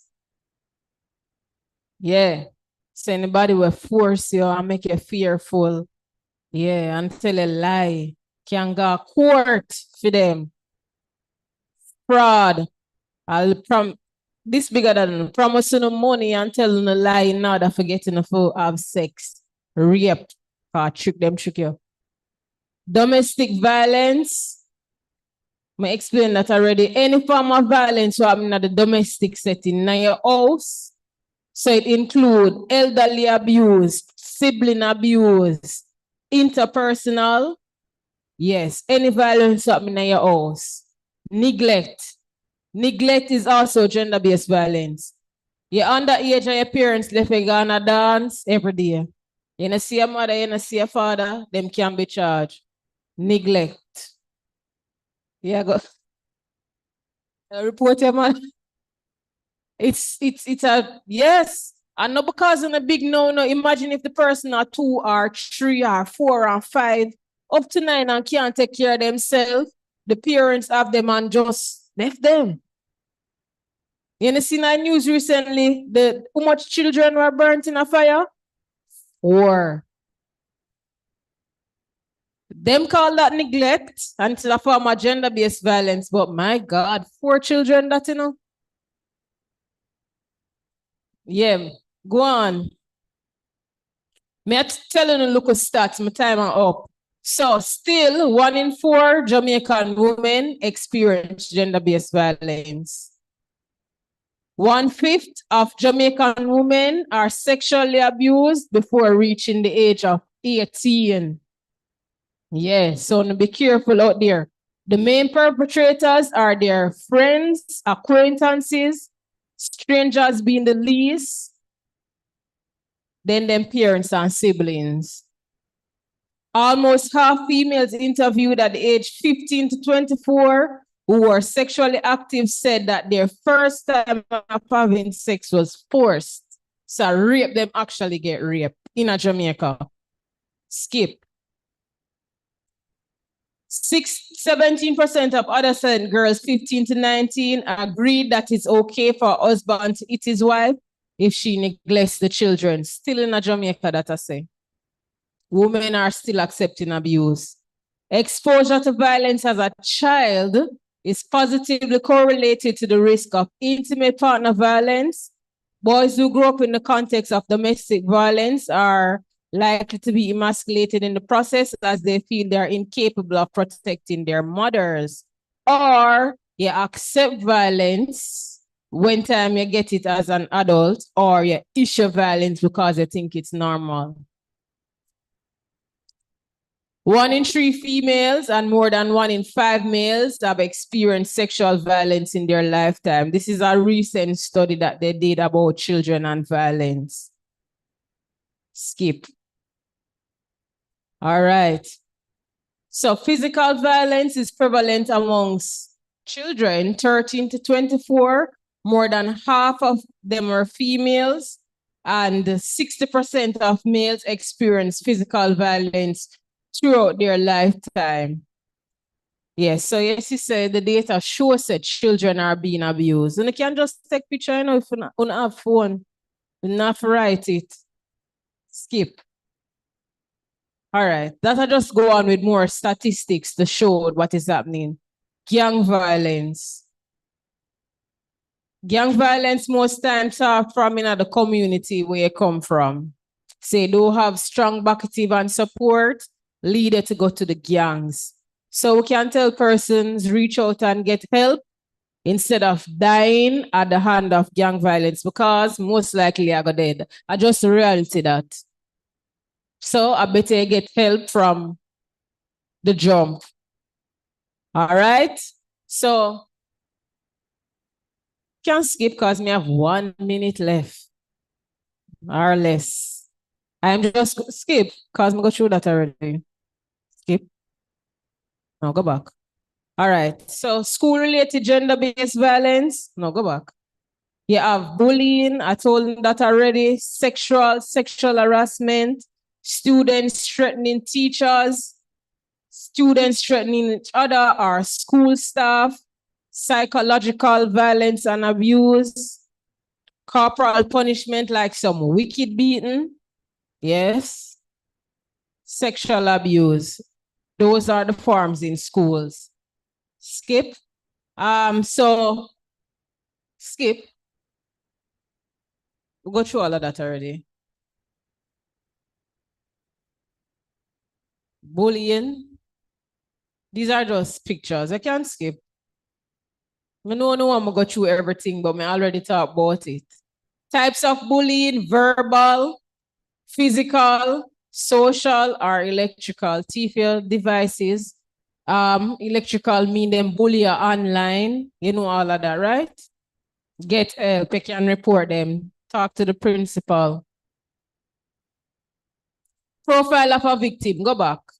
May I go come back and do a session, we don't know, because we're not really going at it. So, most time the victims of bullying, the ones who are shy, reserved, loners, and everybody different. And we must accept differences.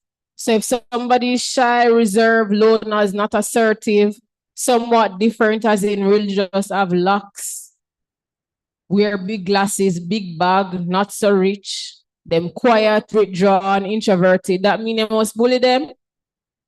But most times people bully them, don't? If you're too quiet, them trouble you. So these are usually the profile of somebody that is being bullied. So we're not gonna say no to bullying, right? We're not gonna look out for each other and we're not gonna trouble each other because of differences. Right? Right? You may look on. Yes. You go respect and support each other, right? All right. All right. Bullies. Look on the profile of a bully now. People think say them a troublemaker, insecure. The one them who them would say them dunce. Bigger, stronger physically. Popular who have self-esteem issues and project it to others. Someone who has unresolved issues and need counseling. Boys who want to be seen as big, rough, and tough. Yeah. You know what that means? Them not getting no love at home. So counselors, anybody who in here for help the children, profile of the bully, help them. Because usually these are children who are being abused and need love at home. So nobody say, yeah, the boy dance or him a troublemaker. Them usually a cry out for help. So any teacher in the room, right. Just go to the part with the numbers so I can tell them to call us. Skip. Skip. Just go to the part where our numbers are.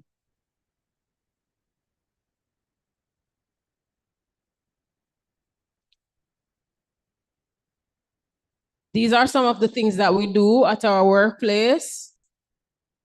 Skip. So they see. Yes, so we go all out to different places, communities, churches, schools, online. You can follow us at the Bureau of Gender Affairs. Hey, come, go back. Who for school at? We came here already. We had National Tree Planting Day 4 years ago. We did have class. Some students from the agricultural club and us did some tree planting around the back on a big school. Skip. So these numbers you can always call. If you or anyone you know is experiencing any form of abuse, take a picture of this. You can call these numbers. There's a male helpline and a female helpline. At the end of the line are trained counselors who will keep your information confidential and anonymous. So if you need any type of help as it relates to gender-based violence, feel free to call this helpline. You can text, WhatsApp, please call me, one drop call, and they will get back to you. Trained, experienced counselors who are confidential. They're not going to spread the business, but they will offer help. You can also follow us on Instagram at the Bureau of Gender Affairs. Send us a DM. Me usually answer it because I'm online. So that is about the Bureau of Gender Affairs and gender-based violence. Thank you.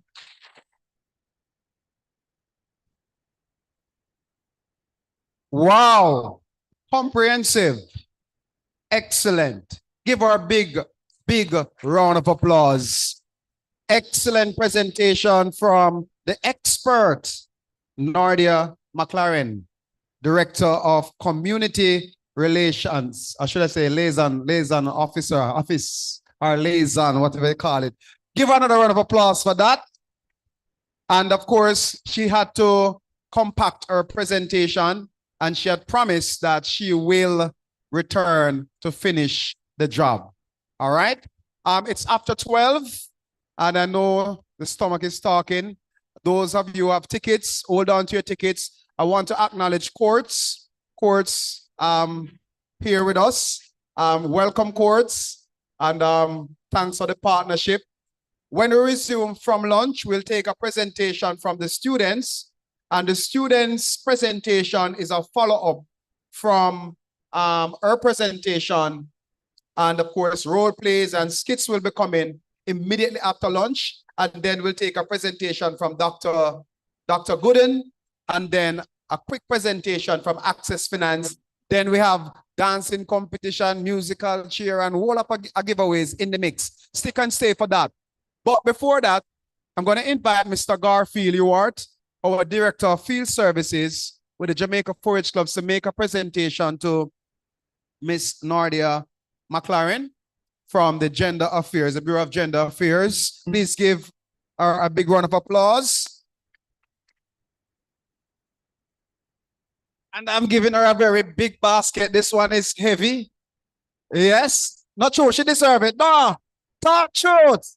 Yes, another big presentation. So Mr. Ewart will be making this presentation to her. Yes, sir? It's heavy. All right, may I tell you? Say it heavy.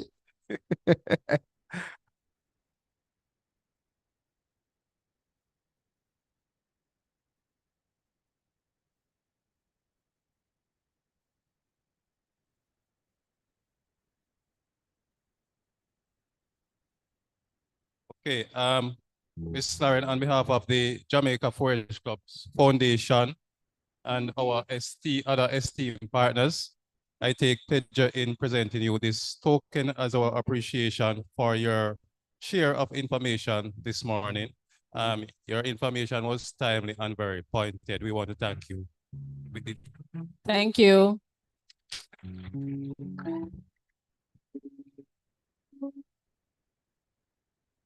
All right. Thank you, Mr. UR. Thank you so much, Miss Nordia McLaren, Director of Community Liaison. All right. So we can't make go back for lunch without some vibes and some energy. Please raise yourself and help me welcome to center stage the Dental Technical High School Choir, winners of the All Together.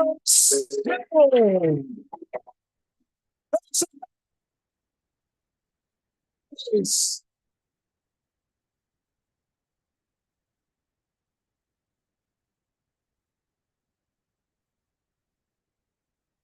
One, two.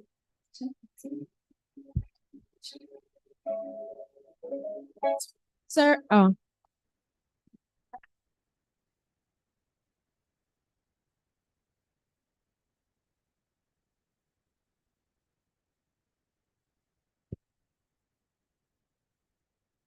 Good afternoon, everybody.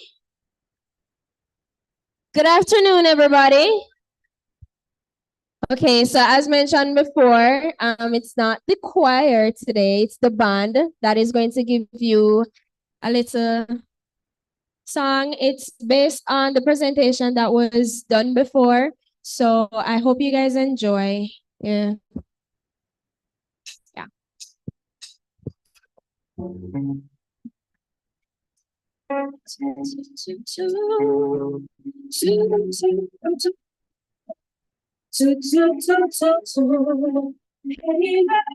What's from my mind?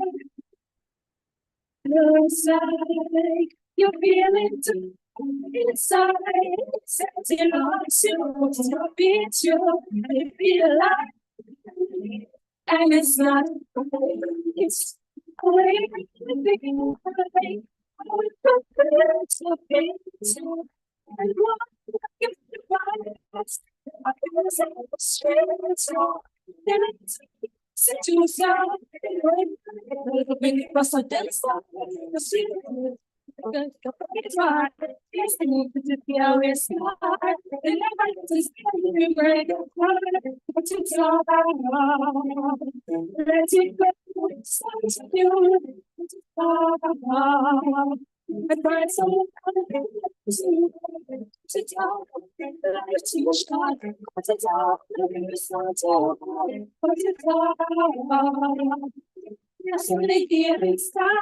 you know it's not what it proposes. If you want something here, then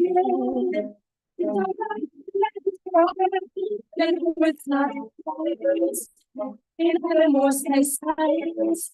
And there is nothing domestic about it. My God, I just let it go.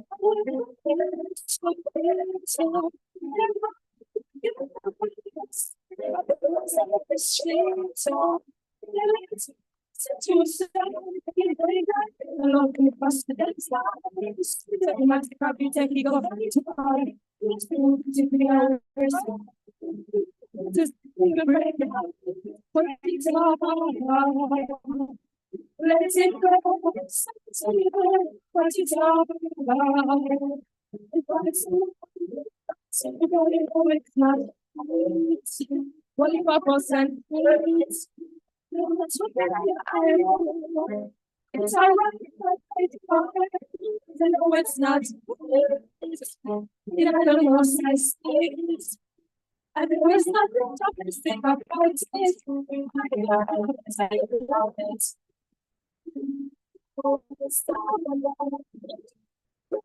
Shall we love you every single you're so wonderful. So you're so good.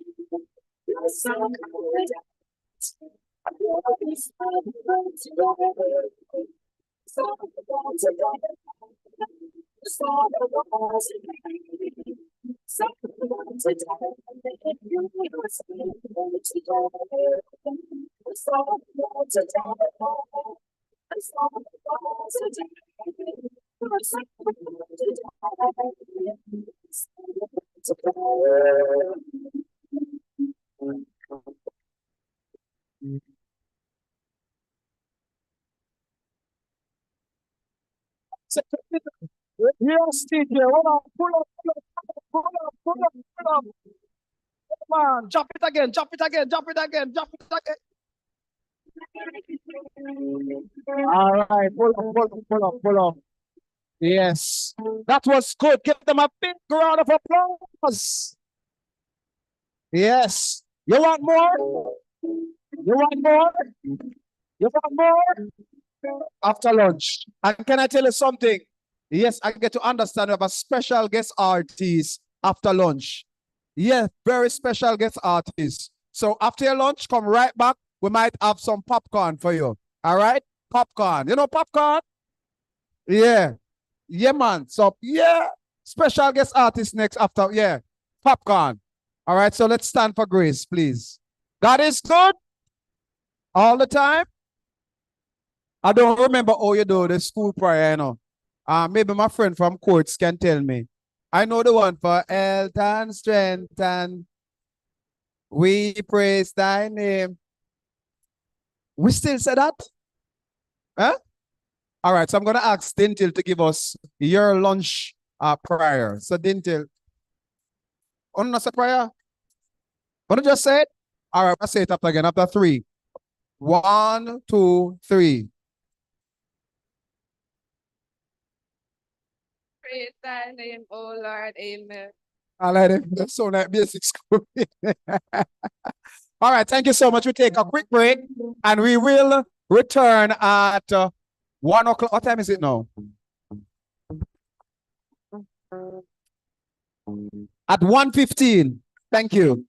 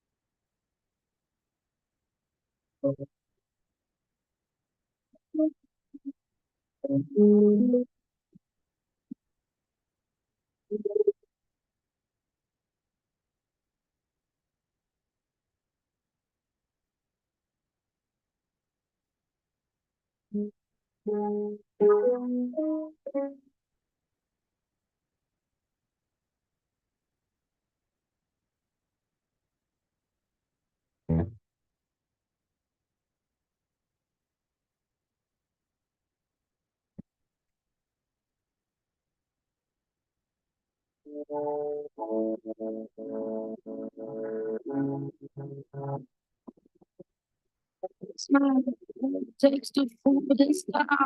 I'll do it till the sun goes down. No, the night down. Oh yeah, oh yeah. I'll tell you what you want to hear. Get my sunglasses on my lashes. Now it's the right time. Yeah.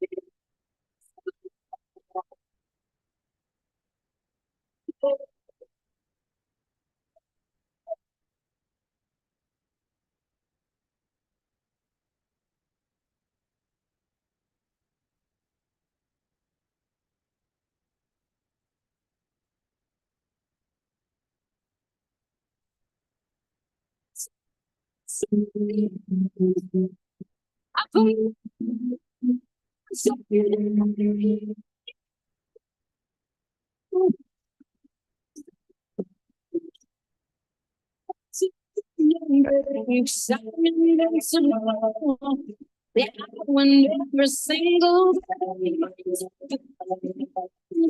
I don't to play. I'm so I'm stuck to watch it.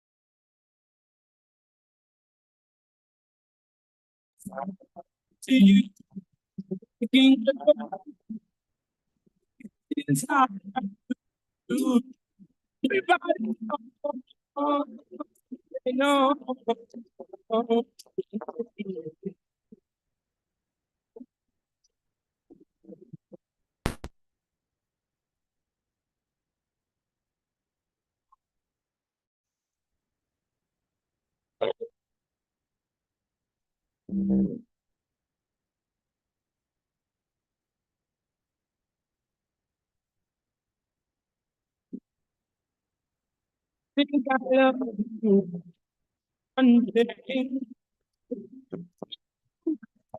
Today, the way it seems, but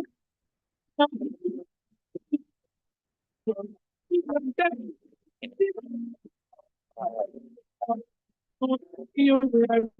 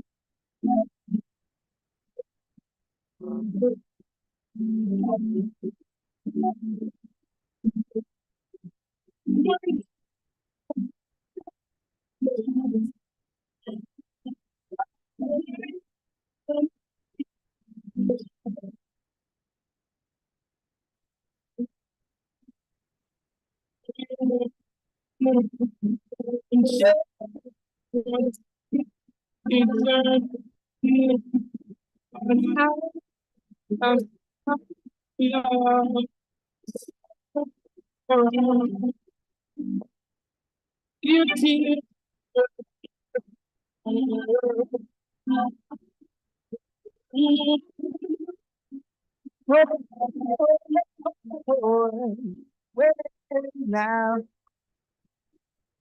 hey, oh, hello. Now,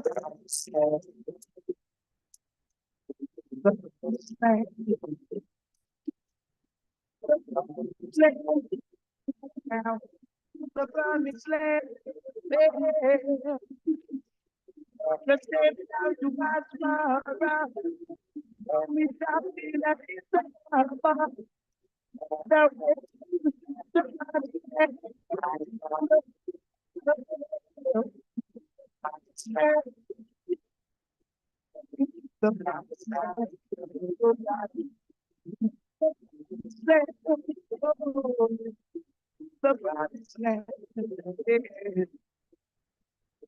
There's plenty of land for you and I. You just over people. Say, oh God, let me the promised land. And the promised land for and the promised land.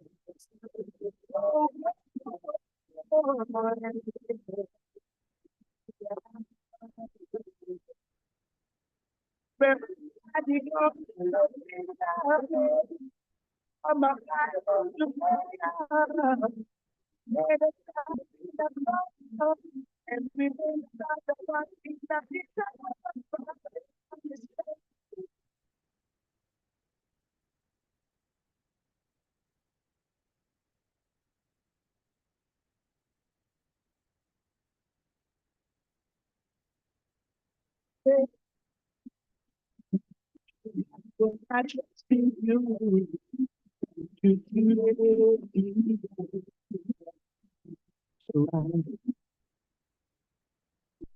That thing is right. Looking at you going away. There ain't no way to say that. And I just go on down. And then this way. And so young and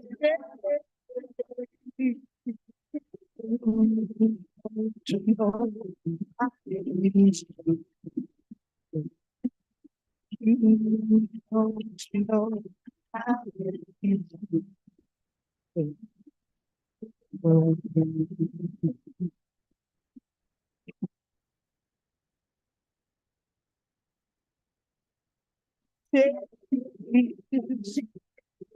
I try to receive, or I just can't go on like this. It feels so bad. It feels so sad.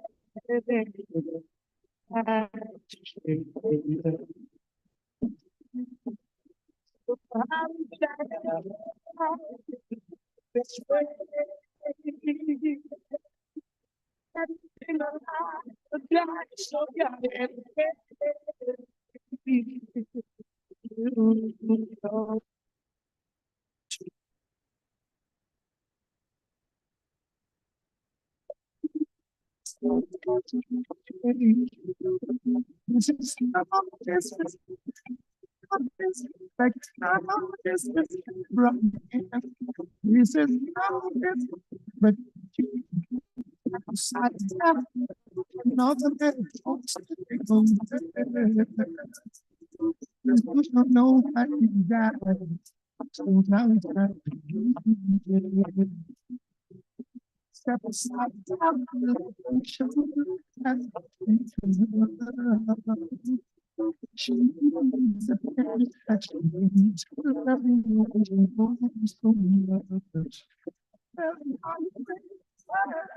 even so long, so lonely.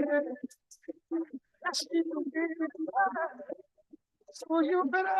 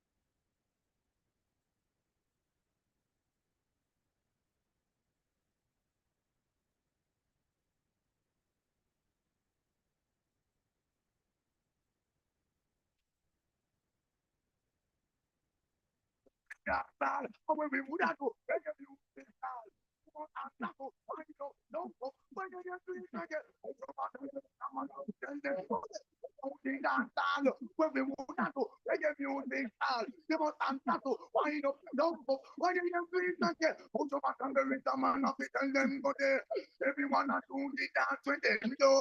In this dance, bam, and down with don't please don't the face that's your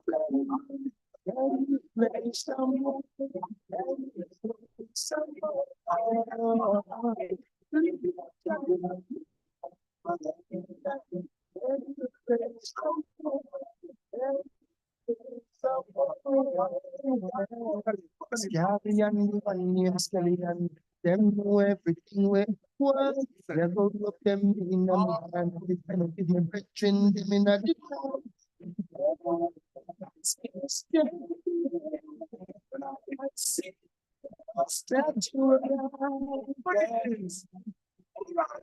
I see girls again, I see the not been music, music, and them want to down the town and broke with find sound. Who them a try turn in a half pound, and down club and me can't get a chance.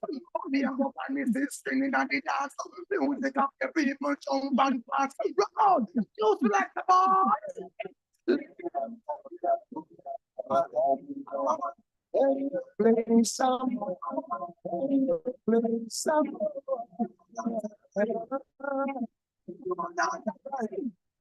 I said, go down the high. Dance, make a little step. Dance, I'll make them no place no left. I put this woman to the top, the pants and walk for record. I kiss this one to the bottom, make them no respect. Well, it's some there is some man. Yes, you got me rocking in a corner. With all the lights and can't express how me glad me come on. I never seen so much good.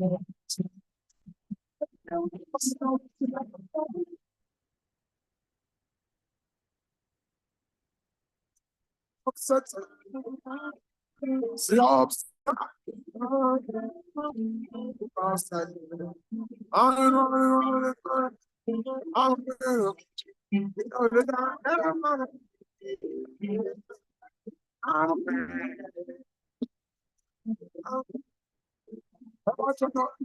on over right now. 7 minutes right now. I'm thinking I'm living right now. Because I'm living right now. Yeah. And I'm still living right now. Over minute right now. I thank David right now. Because I'm living right now. Yeah. I'm waiting. I'm waiting.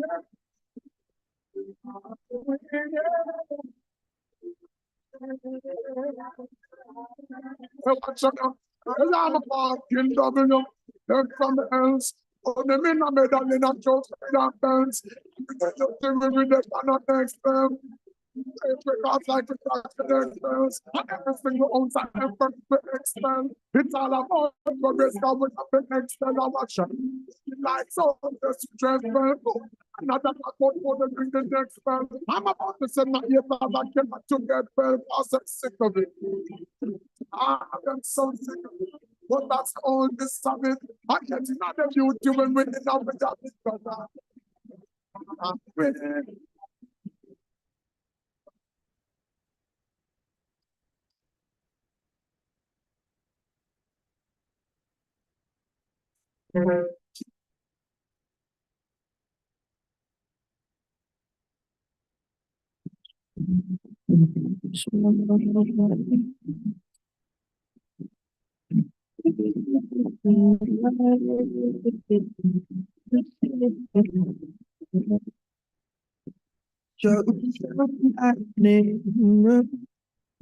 In my soul, baby, peace for you only.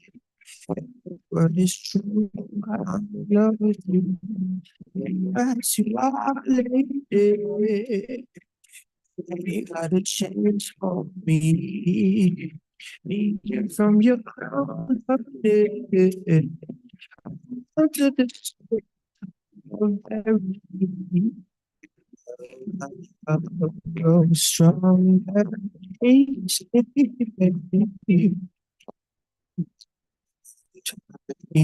Just because you know I love grow stronger each day.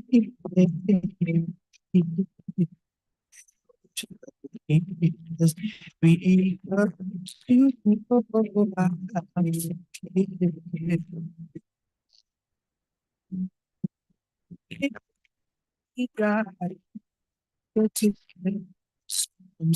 God, oh, is shining through the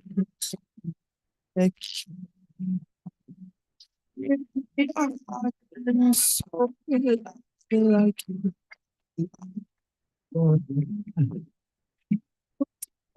What to do?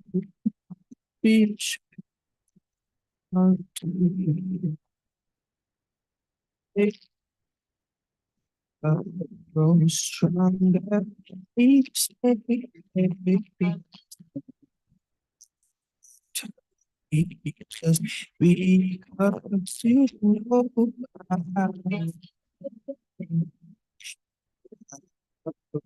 stronger each day.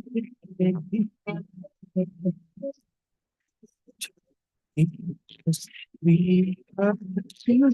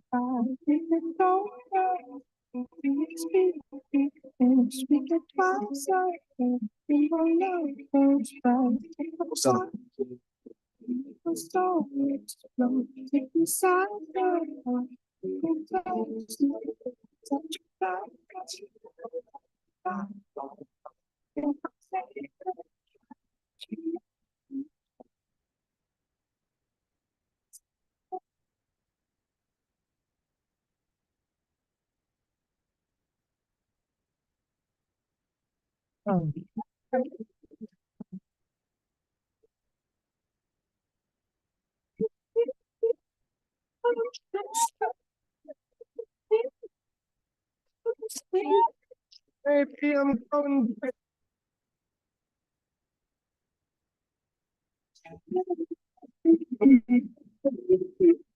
No,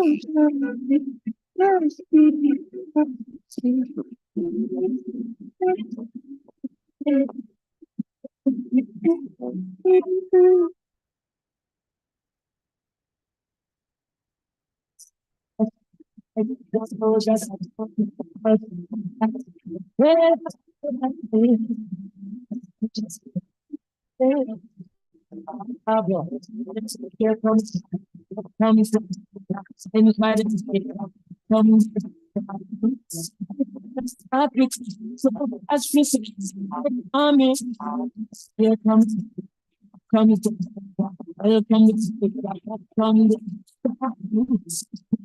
axis never people them that I mean evil others the night even from it's not easy even one it's not easy I demand all in all and the chat it's scared soldiers there and see ya here comes anybody from let's start with as this army here comes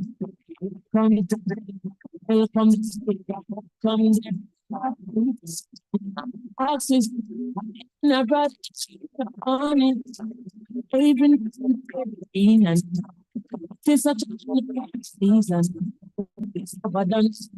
season even in season that's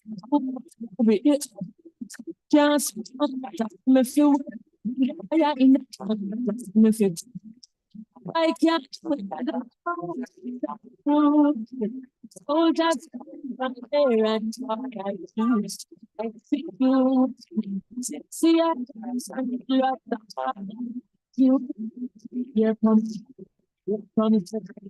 anybody take from there yeah that's how it as fist army here comes welcome welcome the axis never army left soldiers left soldiers watch out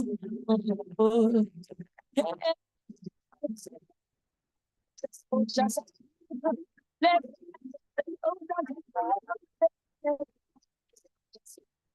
no oh yes here comes trouble, my friend, and here comes danger.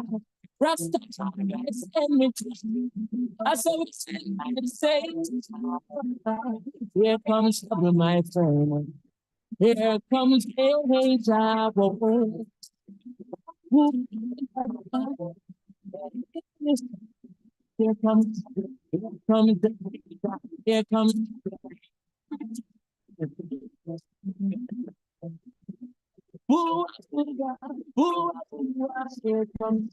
here comes the danger, and by the Savior, welcome the doctor.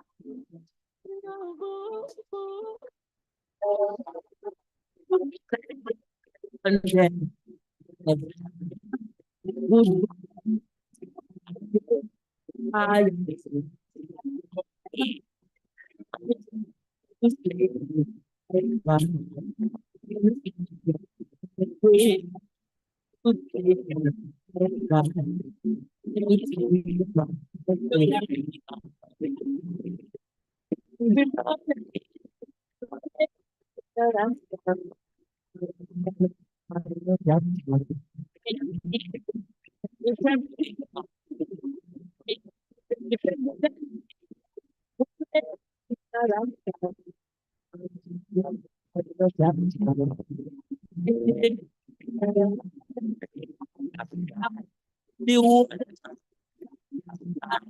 how long let them know you think and even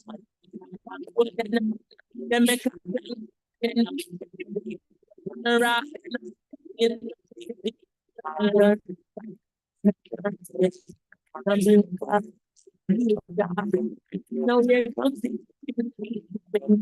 now here comes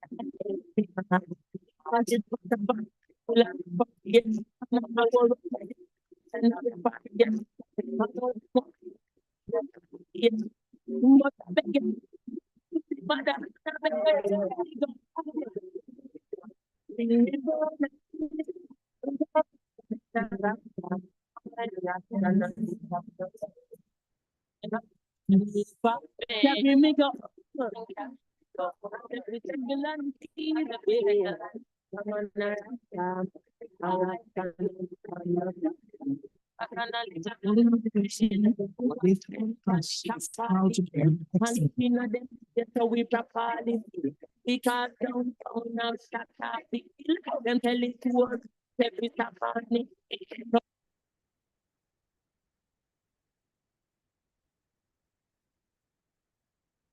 Cry, some smile, some fight every day.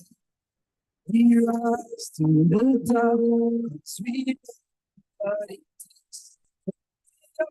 We serve, yes, we fade, unchanging, changing. In a love, change,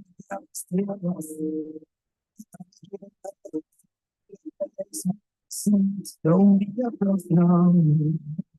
Journey, it's a long race, mama, son, wise, and don't bring disgrace. If you go room, start sweep the place, cause all these ways, got to get grace. I love to be, let me embrace. It put out the truth and that can't erase. So I took a love, those who hard hate. Just let me finish this race. So we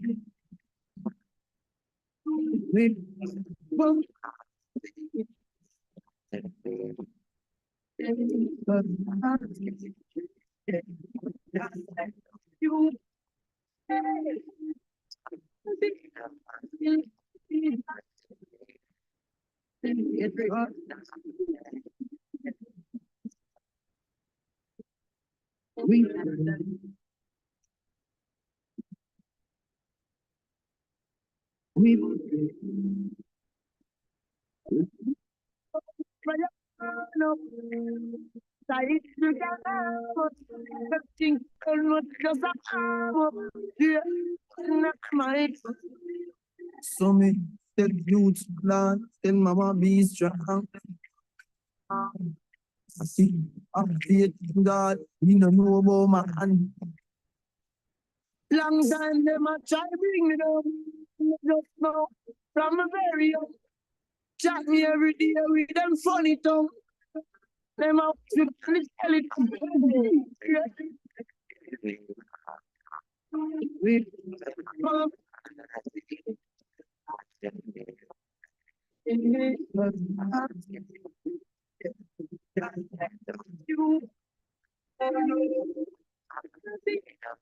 It's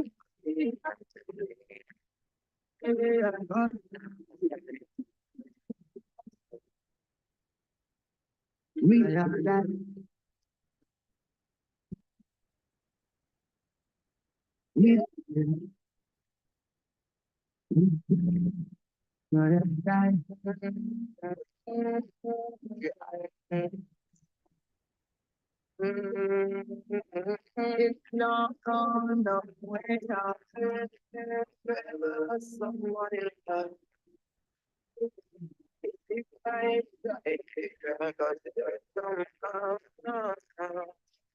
everyone doesn't know that there ain't no giving up. No, no, no, no. We rise to the top because we know we both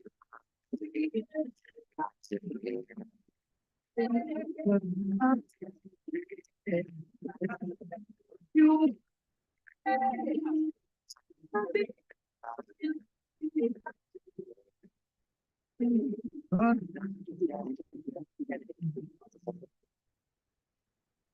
we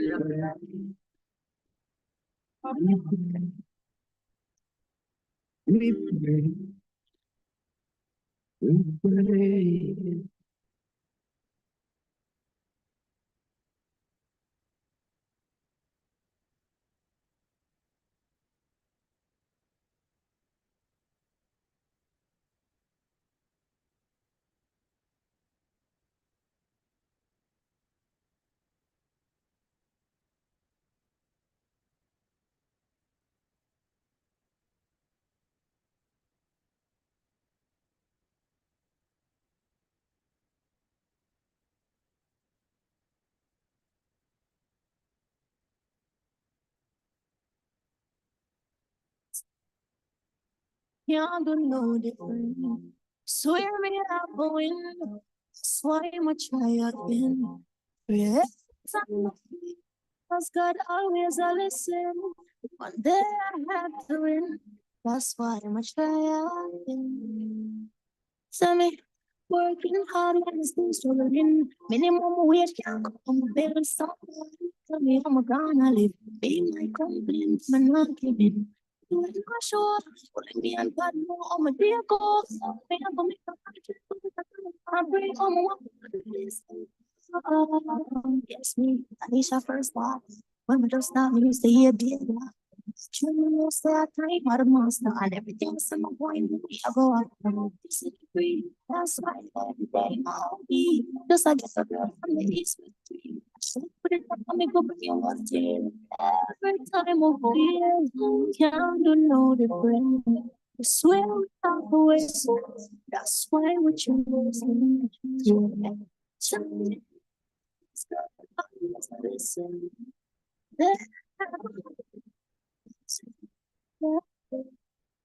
Others may just for mental. Stop them myself, some I don't put it on. But keep on pushing on, no, he's so good. Even if I try to stay on the way, classes them want to see my grade. Them not gonna live to see the days. Yo, my bitch showing up. So please allow me, can't turn to nobody when me get hungry. Blessings alone me once around me. That's why me pray every time of fear. Can't do no different. One day I'm doing. That's why I'm try again. Pray every time I feel. Can't do no different. Swear my phone. That's why I'm try again. We have a try again. We have a win. We have a try again. We have a win. Beside of a win. Them can't stop a thing. Yeah. Aim of my sin. Twinkle.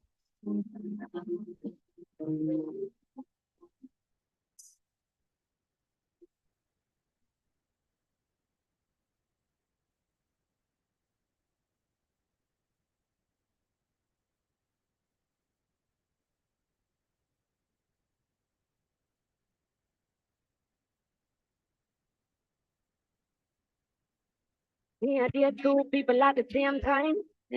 Just weighing my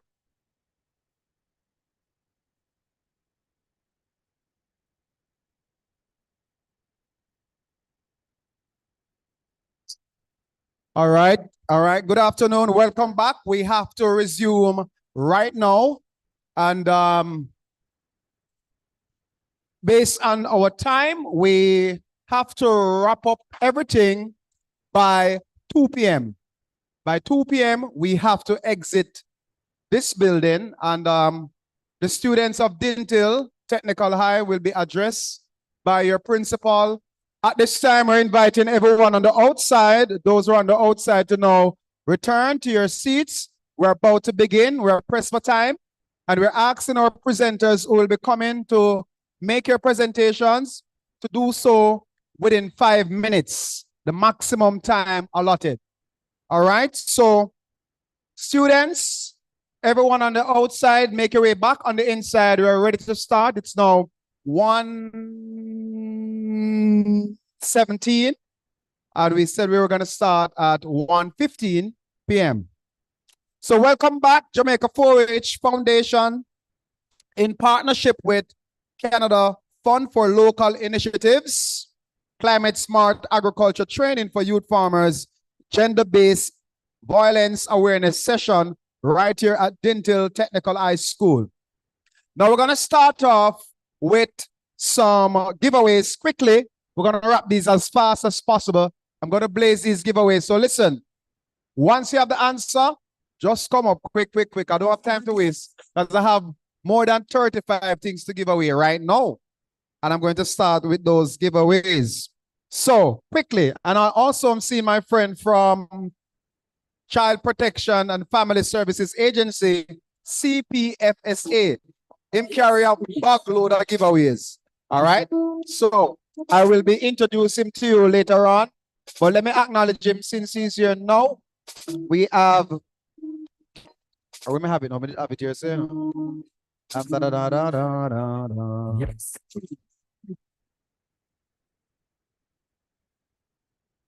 Yes, Dr. Warren Thompson, Honorable Warren Thompson from CPFSA. And his presentation is going to be quite an interesting one.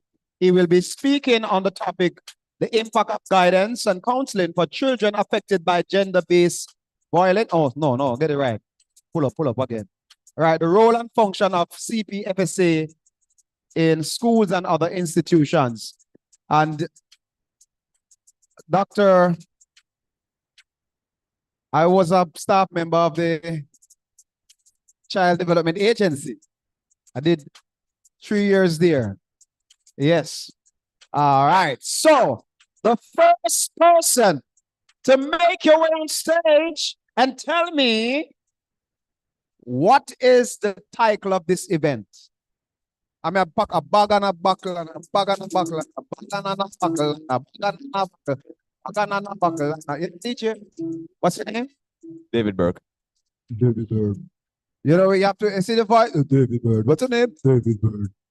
Okay, the correct answer is Climate change and smart technology. climate change and smart technology. Is he correct? Is he correct? Next, Maddie. Quick.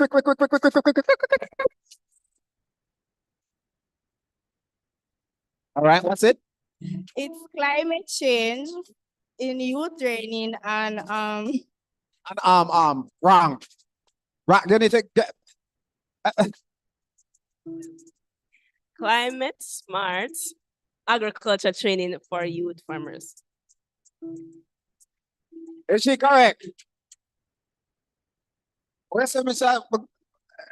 Go Scott, is she correct? They're on the borderline. All right, make you one sweetie. That's joke. Yeah, bag. I need the correct. What's the title? What's the title of the event? Come on. We've been here from morning. Big up to Enid Bennett High School. We're here still. Yeah, yeah. And we have Dintil Technical High School. So we have some student presentation. And we're going to take them in the following order. Charlemont High School will go first, followed by Enid Bennett High School, and then we'll have Dintle Technical High School to close off.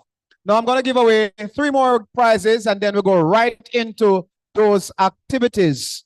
Now, who can come and tell me give me 2 types of bullying?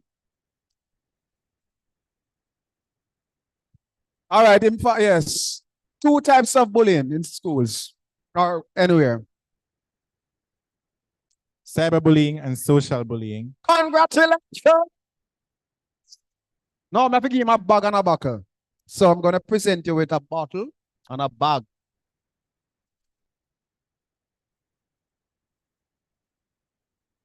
Congratulations. Look in the camera. Say cheese. All right. Clap him, clap him. Moving on. Quick, this is the final one. The final one. Yes, man. You did a very good session. And I'm taking it from your presentation. Who can tell me from this side or any side, the first person to reach up and tell me what is sexual harassment? Your interpretation of sexual harassment. Come, please. You can come.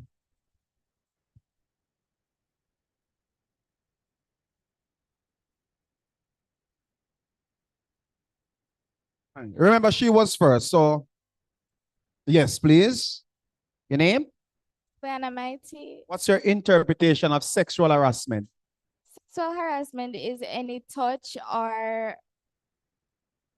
You're on the right path. Continue. sexual harassment is any touch or unwanted behavior towards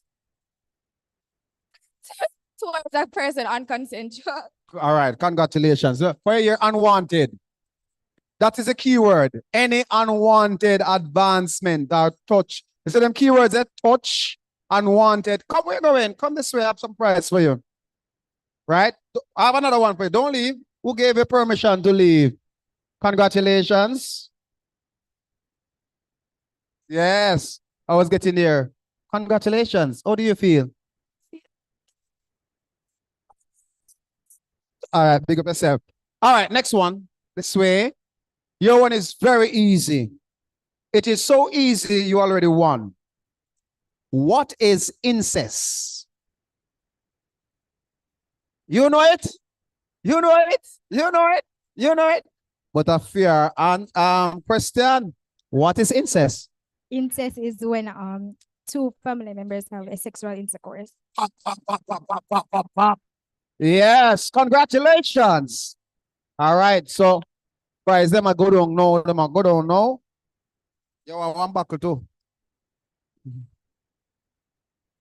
You're a cheerleader, Ronnie. Yes, of course. Congratulations. Wanna clap around the stage, so. Yes, what kind of thank you thing? Wanna clap, man. All right, so boys and girls are ready. Yes, we are now ready to resume the program. Yeah, CPFSA get jealous and said, no, me can't give a prize, so they might give us some prize. The first student to make your way on stage and tell me what's the number to call CPFSA to report abuse. Wait, sir, I'm writing down. Wrong. Oh, hold on, ready now. Ready, what's the number? Sir, 211. 211. 211. Tap, tap, tap, tap. 211. Convert that. Break them up one by one. 211. Congratulations. I'm going to ask Doctor to make this presentation. 211. You're getting a 211. Water bottle. Get the most I end up the sleep and mistake. The presentation. All of my sweet. All right, thank you so much. Thank you so much. All right, boys and girls, please put your hands together and help me welcome to center stage Charlemont High School, and they will be presenting on interpersonal conflict linked to gender-based violence in school. And we have Brianna Smith, who will be leading out on this one. Come on, man, make some noise.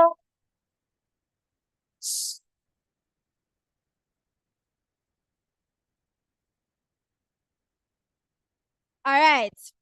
I'm going to begin with a famous Jamaican proverb that I will need your help with to complete. So it's 1-1 Coco. All right. Good morning, everyone. Today I will be discussing interpersonal conflict leads to gender. How interpersonal conflict leads to gender and leads to gender-based violence in schools. Let me begin with 2 questions. Let me see by a raise of hands how many students believe that school is the safest space for them. All right, just 1 hand. All right, another question. How many of you believe that if a conflict is left unresolved, it can lead to bigger issues? Lovely show of hands. Let's time travel back to June 2023 when Daniel Rowe, an 8-year-old at Brayton High School, was abducted from school. Now, the reason why I started with that famous Jamaican proverb, 1-1 Coco, full basket, is because small things, when left ignored, can build up into something tragic. Satchel had a domestic relationship with Daniel's father, a police officer, bearing in mind that Satchel is not Daniel's mother. In her frustration and anger, after believing that Daniel's father had infected her with HIV and refused to help her, in other words, ghosted her, Satchel took her rage out on this innocent child, a child just like me and you. A child who has laughter, dreams, hopes, and a future ahead of her. As a result of this, Daniel's life was cut short because of that. If you can't catch Quacker, you catch him short. This case teaches us how unresolved interpersonal conflict is common in schools and can have a serious and deadly consequence. Now let's just play a quick thinking game. I'll describe some scenarios and you decide in your head whether it is a minor conflict or a potentially serious one. So the first one is 2 students argue over who should sit at the front row of the class. Another one, a student feels excluded from their friend group and starts withdrawing from activities. Lastly, a parent who shows up to confront a teacher over a rumor involving their child. Let me give you some time to think.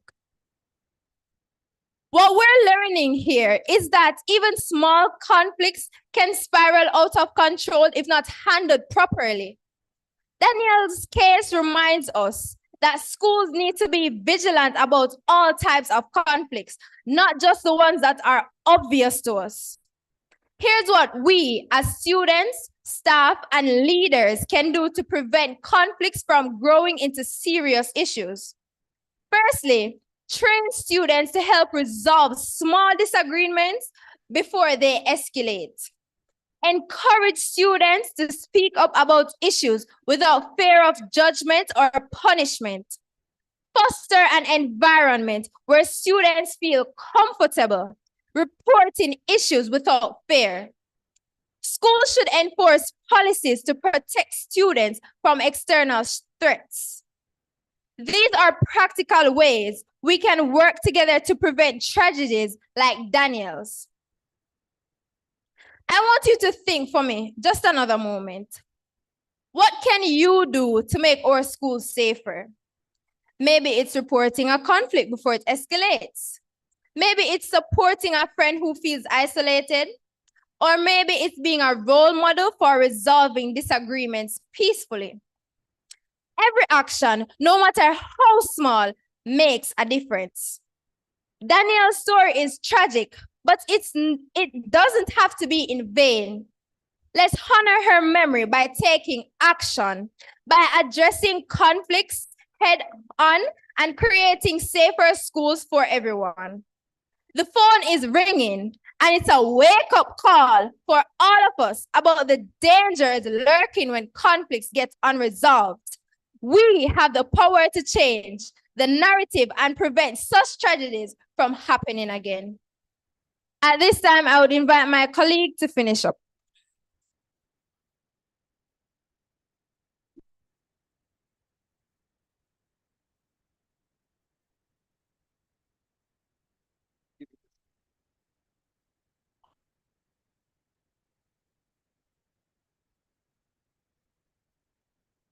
Ladies and gentlemen, the children are watching.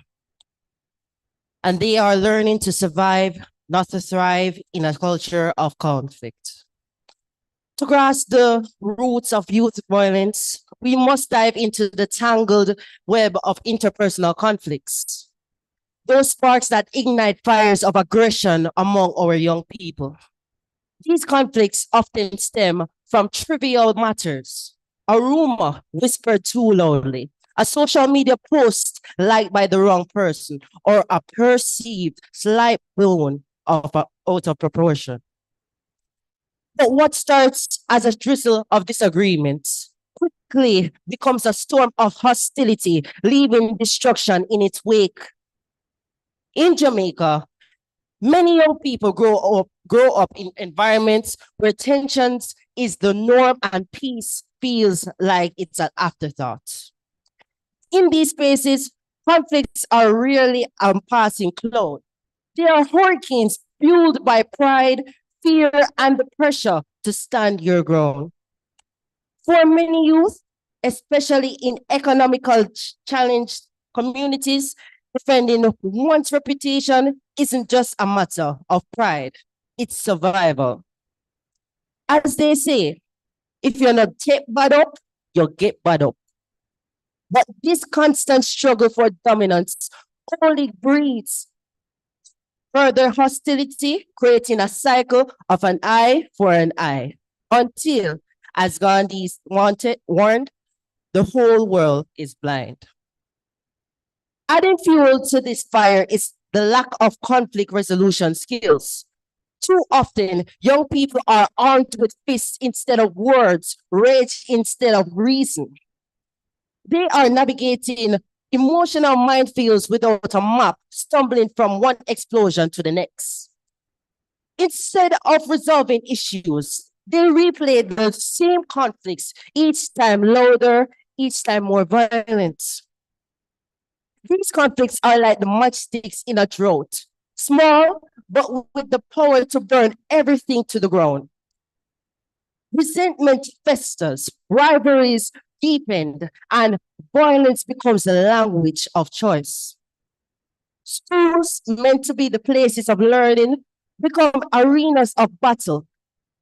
Friendships once solid as a rock crumble under the weight of unresolved tensions. Let us break the cycle. If the children are watching, then we must become the examples they need to see. We must address the root causes of violence and conflict in Jamaica at every level. At the environmental level, enforce policies that protect children from exposure to harmful content in media, and implement national campaigns that promote nonviolent conflict resolution and the value of empathy. At the community level, develop programs to improve economic opportunities, especially in inner city areas, and strengthen community centers as safe spaces for mentorship and recreational activities. At the family level, encourage positive parenting workshops to equip families with tools to resolve conflict peacefully, and address cultural norms that equate discipline with violence. And finally, at the individual level, introduce emotional intelligence and conflict resolution training in schools for an early age, and provide counseling services for students affected by trauma. Our children do not need more violence. They need more hope. They do not need more punishment. They need more guidance. And above all, they need to see us, adults, parents, teachers, and community leaders modeling the behaviors we wish for them to emulate. The task before us is not an easy one, but it is a necessary one. Let us be the change we want to see in our society. Let us show our children that there is another way, because the children are watching, and what they see today will shape Jamaica's tomorrow. I thank you.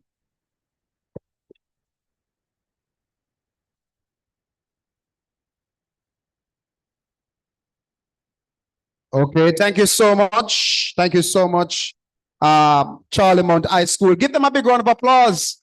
And I see where you're connected with them and understand the message that they're sending. They were speaking on interpersonal conflicts linked to gender-based violence in school.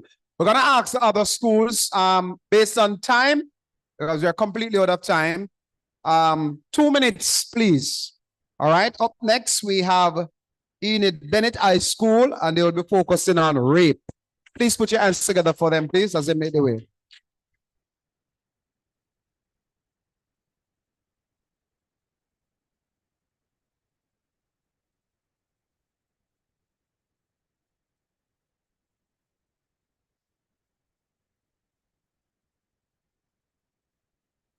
Good afternoon, ladies and gentlemen. I will be speaking about rape. It's linked to mental health. One of the most serious abuse of human rights and dignity is rape, which leaves its victim with severe scars. The World Health Organization states that a person's emotional, physical, and social well-being are all considered to be part of their mental health. It has an impact on people's everyday thoughts, feelings, and behaviors, as well as how they manage stress, interact with others, and make decisions. It is important to remember that every victim of rape experiences the effects of the crime in a unique way, and that these effects go well beyond physical harm to have a significant impact on mental health. I will now examine the connection between rape and mental health, exploring how survivors are impacted and discussing the importance of addressing these issues using a supportive and informed approach. The physiological impact of rape. Survivors of rape frequently suffer from severe physiological effects as a result of the trauma they experience. One of the most prevalent mental illness linked to rape is post-traumatic stress disorder. Survivors may have disturbing thoughts about the incidents, nightmares, and flashbacks. Additionally, the feeling of helplessness and fear can also make day-to-day living difficult for the survivor. Another common consequence is depression. Survivors may experience feelings of hopelessness, worthlessness, or sadness, which are occasionally made worse by victim blaming attitudes or social stigma. Isolation, trouble sustaining relationships, or in severe situations.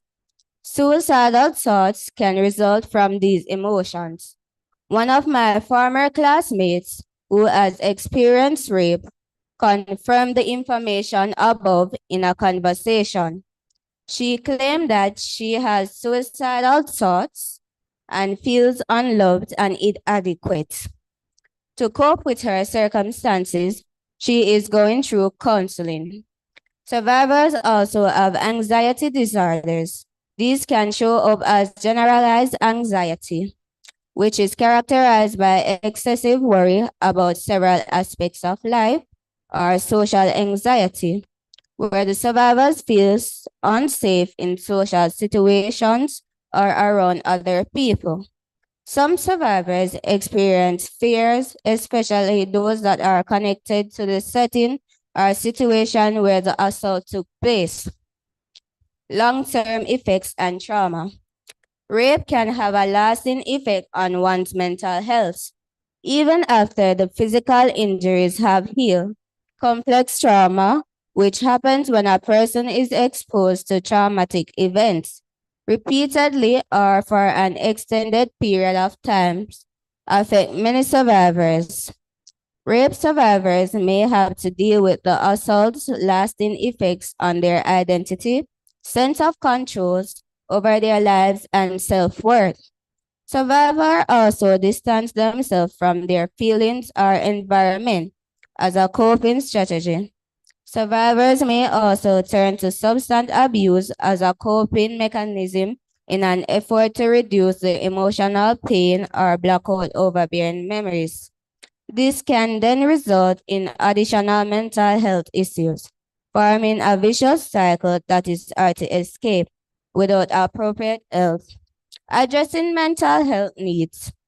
Prioritizing the mental health of rape survivors is essential to providing them with effective support, creating safe spaces where survivors feel heard and validated is the main goal of trauma-informed care, which is an essential approach. This method aims to empower survivors rather than re-traumatize them while acknowledging the effects of trauma.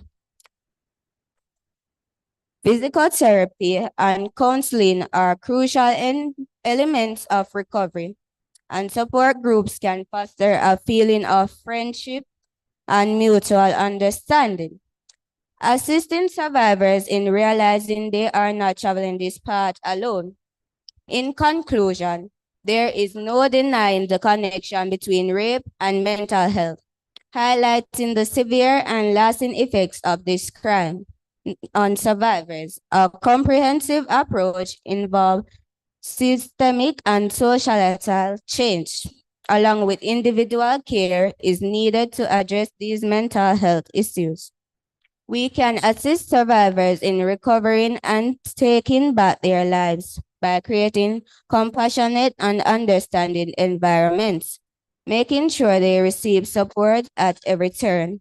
We can only hope to lessen the terrible effects of rape and encourage recovery by recognizing and addressing its implication for mental health. Thank you so much. Excellent information. Excellent information from Enid Bennett High School. And she did her research. And she made her presentation excellent. Please don't go far. We'll be doing a presentation immediately afterwards. Now, please make way for Tintil Technical High School. And the focus is on human trafficking.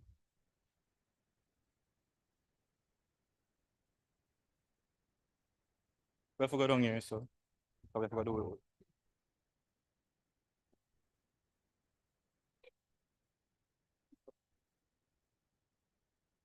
Yes. Ready. We say it. I thought we already Me say guys, one eat a pasa. You girl, you know what is human trafficking?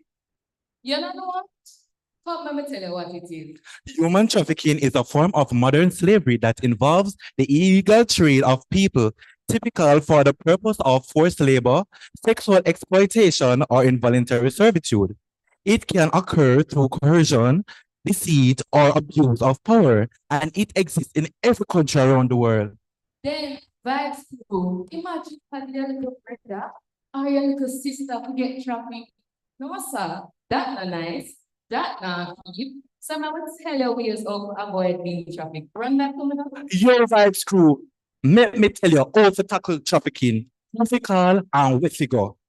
To tackle trafficking, raise awareness, participate in educational programs, webinars, and training sessions focusing on human trafficking. Utilize a social media platform to share information and help locate missing individuals. Report suspicious activities. Recognize warning signs such as fear, lack of freedom, or control. Remember red flag. Immediately report suspicions to the authorities. Supporting the cause through donations. Yeah, we know what are big, but our pocket small. And we have to make sure, tell us, donation, it can make a significant difference. Who we call and where we go. Some key contacts for reporting and support. Jamaica Constabulary Force, emergency number 119. National tip hotline at 188-991-4444. Children's registry at 1-888-991-2442 for suspected child trafficking cases. You know what? We also have some local resources we can call upon, like the Women's Center of Jamaica Foundation. They offer services for women affected by trafficking. Jamaica National Agency for the Prevention of Trafficking in Persons, NAPTIP. They engage in prevention and response efforts through The Ministry of National Security. shelters and support services like the Salvation Army and local women's shelter provide safe spaces and support for survivors. By taking these steps and utilizing the available resources, we can collectively work towards preventing human trafficking and supporting its victims in Jamaica. After all, land, wood, and water, not land, wood, and what? Human trafficking. No, sir. Mama take a breath. Lord Jesus. Yes, sir. Coming on one them capture and I would like how them are capture land. Anyways. You not learn what you today? We at me? Are we? Screw. We will now be presenting a dog poem titled Boy, This Na Nice, written by Sarah Stevens.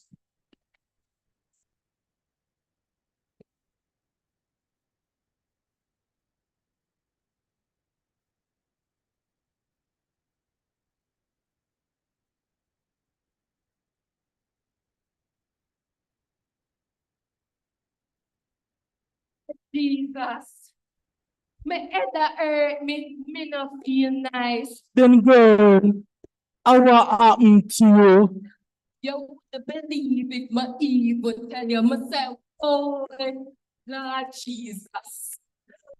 My head that hurt me no feel nice. Oh, Jesus. My head that hurt me no feel nice. You remember the girl bikini? Oh, Shanique, she too licky. My head that hurt me no feel nice. From that day, no know what a strike. It's like them capture my little girl child. Look them oh, Lord Jesus Christ. My head that hurt me no feel nice. Jack Mandora, me not sure.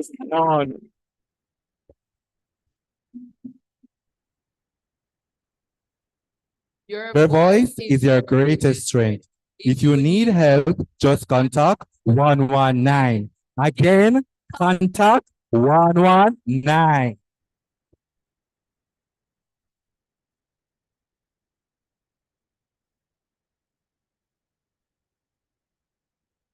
Good afternoon, everyone. So I will be adding to that by saying another point. Like, when I know word, rip me from my home, drag we on this dirty earth. Mama God, Papa cry, take me out, get crushed. Them over we did have, them take it in a rush. Ooh, did that to change my soul so tight. To break with spirit in the darker night. Then promise bright light, but a shadow we meet. Them use the body and let we heart to beat. Our dreams, our hope, sleeping on the earth, take what is hope. Then turn me in a good, for way upon scale, be a couple dollar sign, them tell with you.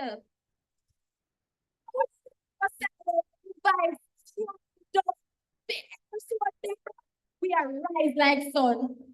Freedom on our show with pain in our chest. The justice, the fight for justice, we not go rest. You can't buy soul. You can't change dream. We are still. We flood the wicked scheme.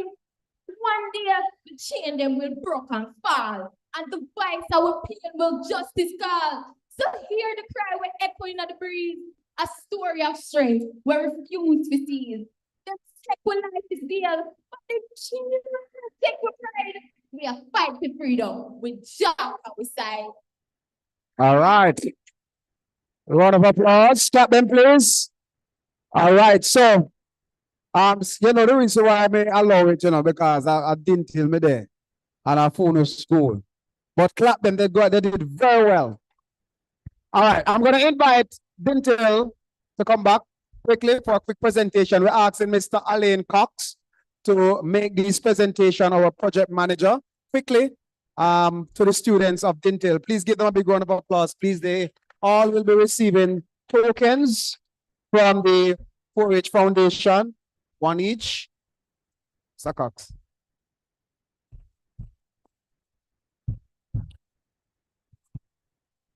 Can we invite the rep from Enid Bennett High School to come forward, please?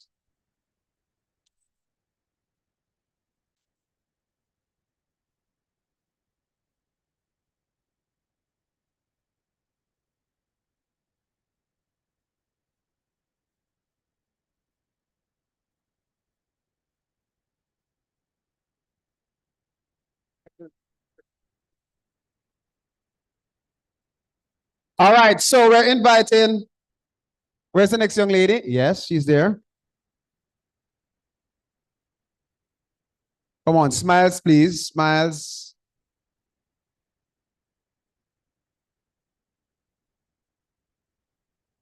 Enid Bennett.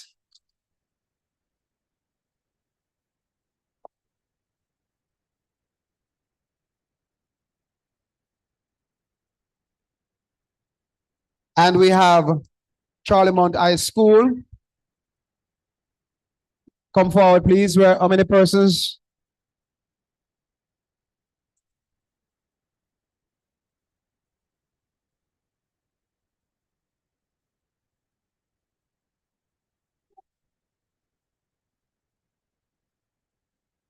Come on, come on, come on, guys. Give them a big round of applause. All of them did very well.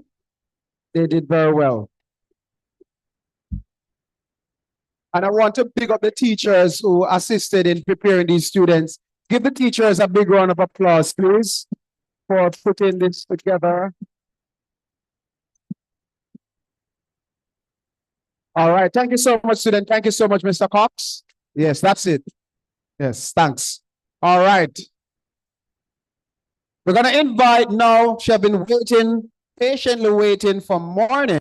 And it's now her turn. Please put your hands together and help me welcome Dr. Colleen Gooden, consultant psychiatrist, St. Catherine Health Services, and she'll be focusing on issues affecting children, fostering greater understanding and support for mental health. Good afternoon, everyone. I have a long half-an-hour presentation. You ready for it? Okay, so let's not do that because time is going, all right? But wanted to focus today on mental health. So I'm here today, I'm a psychiatrist. I'm here with a nurse. I'm here with psychiatric nursing aides. We had our psychologist, but she had to step out and come back. So I wanted to ask you, let you give me some feedback. What is mental health? What do you understand by mental health? What is it? When you say it, what do you think about? The mind. What about the mind? The health of the mind. Say again. The stability of your mind and your thinking. That sounds good. Anybody else? What is mental health? Go ahead. Go ahead. Go ahead. I'm listening. I'm listening.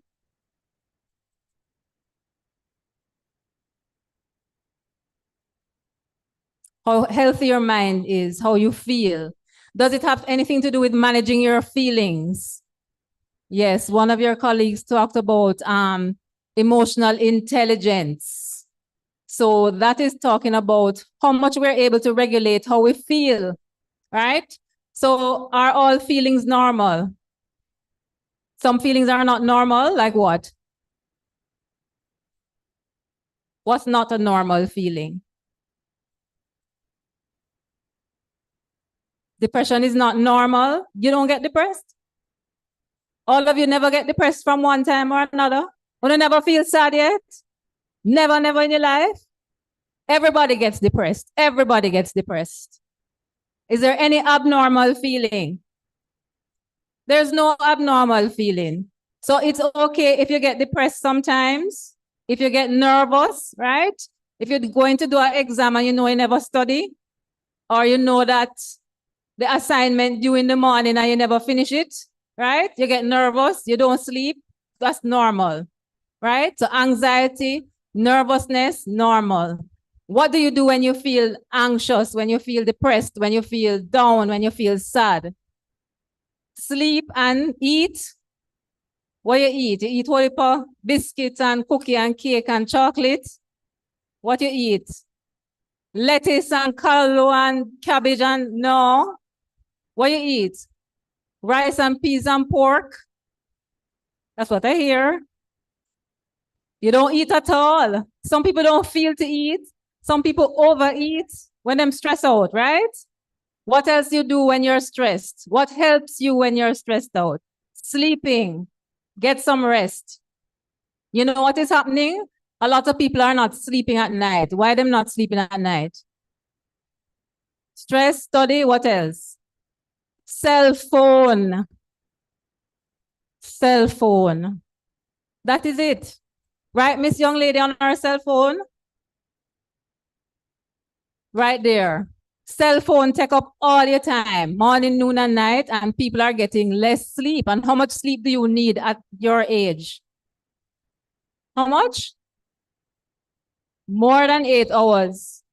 Yeah, at least 8 hours sleep at night. How many people getting 8 hours sleep at night? I can keep my hand down. How much getting 7 hours of sleep? 6 hours of sleep. What you getting? 12, 13? 1 hour of sleep? No, that is not good for your mind. 4 hours of sleep? Not good. Not good. It's damaging your brain. So you have to rest. You have to eat properly. What else? Drink water. Very good. What else? You all know, man. What else? What else? Exercise. How many people exercise regularly? 3 days a week, half an hour a day. All right. Okay. All right. So rest, sleep, exercise. What else can you do to relax? Said eat healthy. Music. Do some things you enjoy. Right? It can't just be work and so on. Drink enough water. All right. So I just want to do 2 activities with you in terms of relaxation techniques. Okay. The first one is belly breathing, and it's going to take 2 minutes. I'm going to ask everybody to just stand up very quickly. And just to relax, I want you to just don't have anything in your hand. Put down the phone. If you can, put it down. Right? Let your arms just kind of hang loose. And you're going to roll your shoulders back. Roll them back. Roll them back. You're going to roll them forwards now. Roll your shoulders forward. Okay? And roll them back again. All right? And then you're just going to stand up. Relax. Distribute your weight in your feet. Right? And just relax. And you're going to close your eyes and just breathe. Breathe in and out. Through your nose, out through your mouth. All right? Breathing doesn't make any noise. So just breathe. All right, so belly breathing. You can open your eyes. When we tend to get nervous, we breathe from our chest. You know, sometimes you get nervous and you start. That's because you're not breathing deeply. You breathe from up your chest. But you're supposed to breathe from your belly. So you're going to put one hand on your belly. Take a deep breath in. Push out the belly with the in breath. And then out. And the belly must go down. Right? So we're going to do that a couple times. In through the nose. Push out the belly. Relax. Relax your shoulders. Relax the rest of your body. Out through your mouth. And it goes in. All right? Again, one more time. In through the nose. Push out the belly and out through the mouth. Okay. All right. How did you feel after you do that? The same. No change, no difference. Make no difference at all. All right. Okay. Sit down. Next one. And the last thing. All right. So when we get anxious, when we get nervous, when we go through trauma and all the things that we discussed before, it can affect our bodies and our bodies start to feel tense. Okay. So you have to learn a way to relax. Exercise, sports helps you to relax. But you can also very quickly learn to relax. Even just sitting down, even in the classroom, something happens and you start to feel nervous, okay? So you're gonna sit with both feet flat on the floor and we're going to do the breathing again. But you're gonna sit up straight, don't slouch, sit up straight and close your eyes this time. I want everybody's eyes to be closed. One of the things we have forgotten how to do is to be quiet. To be quiet. So you don't have to be doing something all the time. You don't have to be looking at a screen all the time. We're going to wait until everybody's eyes are closed. Everybody. Everybody, sit with your feet flat on the floor. Don't cross your legs, don't cross your ankles. Sit with your feet flat on the floor, okay? So I want you to take a deep breath in, but you're going to breathe like you're breathing in through from your foot bottom all the way up to your chest. So you're going to pretend like you can inhale from your foot bottom, right? You're going to close your eyes. You're going to take a deep breath in, all the way coming up your body, all the way coming out your body. And then you're going to breathe out slowly, slowly, slowly. I'm going to take a deep breath in, all the way coming up your body. Feel your body settle down in the chair. You might feel like you feel heavy in the chair, or you feel like you're going to sink through the chair because your body is getting very heavy. Breathe in and out. And again, in and out.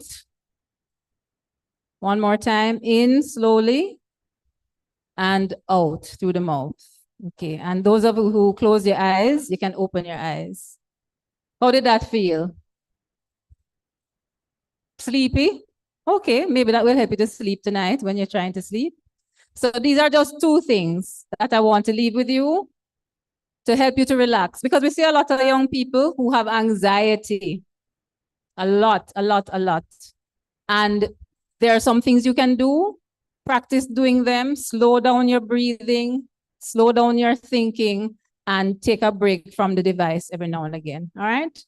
That's it from me. Thank you. Yes. Thank you so much, Dr. Colleen Goodley, of course, consultant psychiatrist. And of course, we've been making a presentation to you, Dr. Uncle. Please give Dr. a big round of applause. We're going to ask Mrs. Charlie Edwards Marshall to make this presentation to Doc.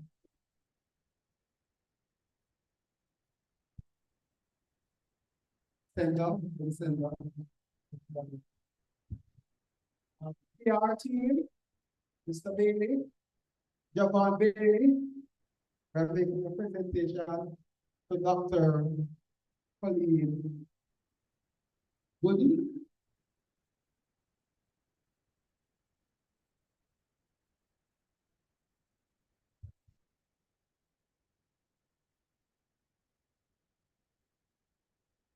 Thank you. All right, up next, ladies and gentlemen, our final presenter, and I can tell you, he will not be long. All right, please put your hands together and welcome Dr. Warren Thompson, who will be presenting on the role and function of the Child Protection and Family Services Agency. Good afternoon, everybody. Good afternoon, everybody. All right, I know you want to go home, so very quickly. The Child Protection and Family Services Agency, CFLI, is the agency that steps in when any one of you is in need of care and protection. So you know about children that we have had to remove from homes because they are being abused. You ever heard about them? Yes? We take care of them. Have you heard about, well, when your colleague was presenting, she talked about the need for counseling. So like the young lady who was raped is going through counseling. We provide those services. We provide therapy, counseling, play therapy, and for children with disabilities, occupational therapy, physiotherapy, and so on. So we provide care for children who are in need of care and protection. We're talking about children who have been physically, sexually, emotionally abused, children who are victims of child labor, child trafficking, and we also provide services to children with behavioral problems. Now that is my presentation. What is the number to call when you know that a child is in need of care and protection? Can I hear it? 211? Good. So if you know that your colleague, your friend, or somebody else you know is in need of care and protection, call 211. Now the first 1, 2, 3, 4, 5. The first 5 persons to come up can get a 211 something. If you want a 211 thing, you can come up and you'll get it. 1, 2, 3, 4, 5. So nobody got the 211 something. We'll get that 211 Something. And I'm saying, Okay.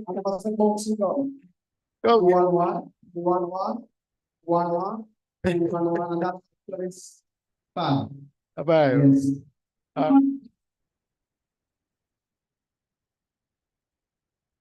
So that is really the presentation today, right? 211 when you know a child is in need of care and protection. And when we remove children, or even when they're in their own families, we provide services to help them to become better, to become healthier, to thrive, to do well in school, and so on. So as soon as my picture is finished, as soon as you're finished with the picture, I'll step down. And thank you very much, young people. Enjoy the rest of your day. All right. Short and spicy. Give a big round of applause, Dr. Thompson. All right, so Dr. Warren Thompson, I'm going to invite you now. We're going to invite Mr. Gustav. Can you make a presentation, please, for Dr. Warren Thompson? We have our agriculturalist. Gustav making a presentation to Dr. I would call a strong person who got a basket here, the Nama. Right?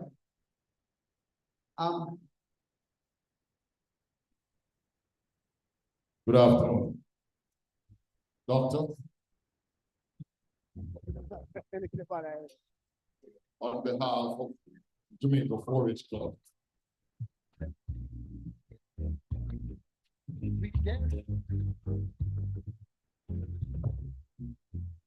all right, let me start over. Good afternoon.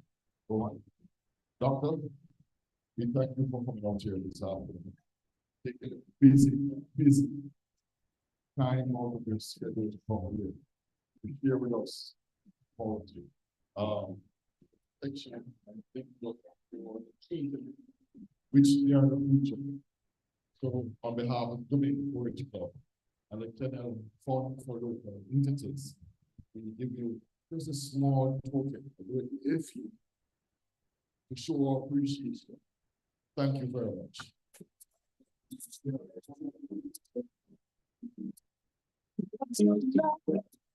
Something and come up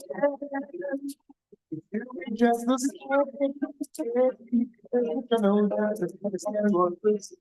All right. So what we're going to do now, thank you so much. Thank you so much, DJ. Let me big up our sponsors once again. And inviting Miss Crawford, Miss Milfred Crawford.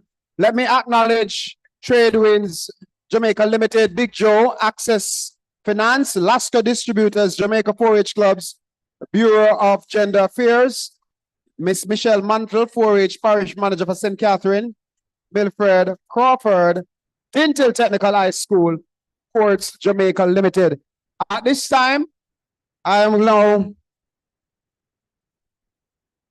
invite, is the school choir ready? All right, so I think we gonna wrap up now. I want to say a big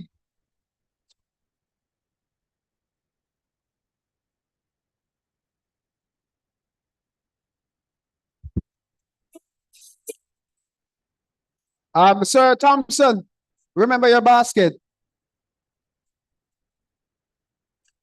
All right, so we're gonna invite.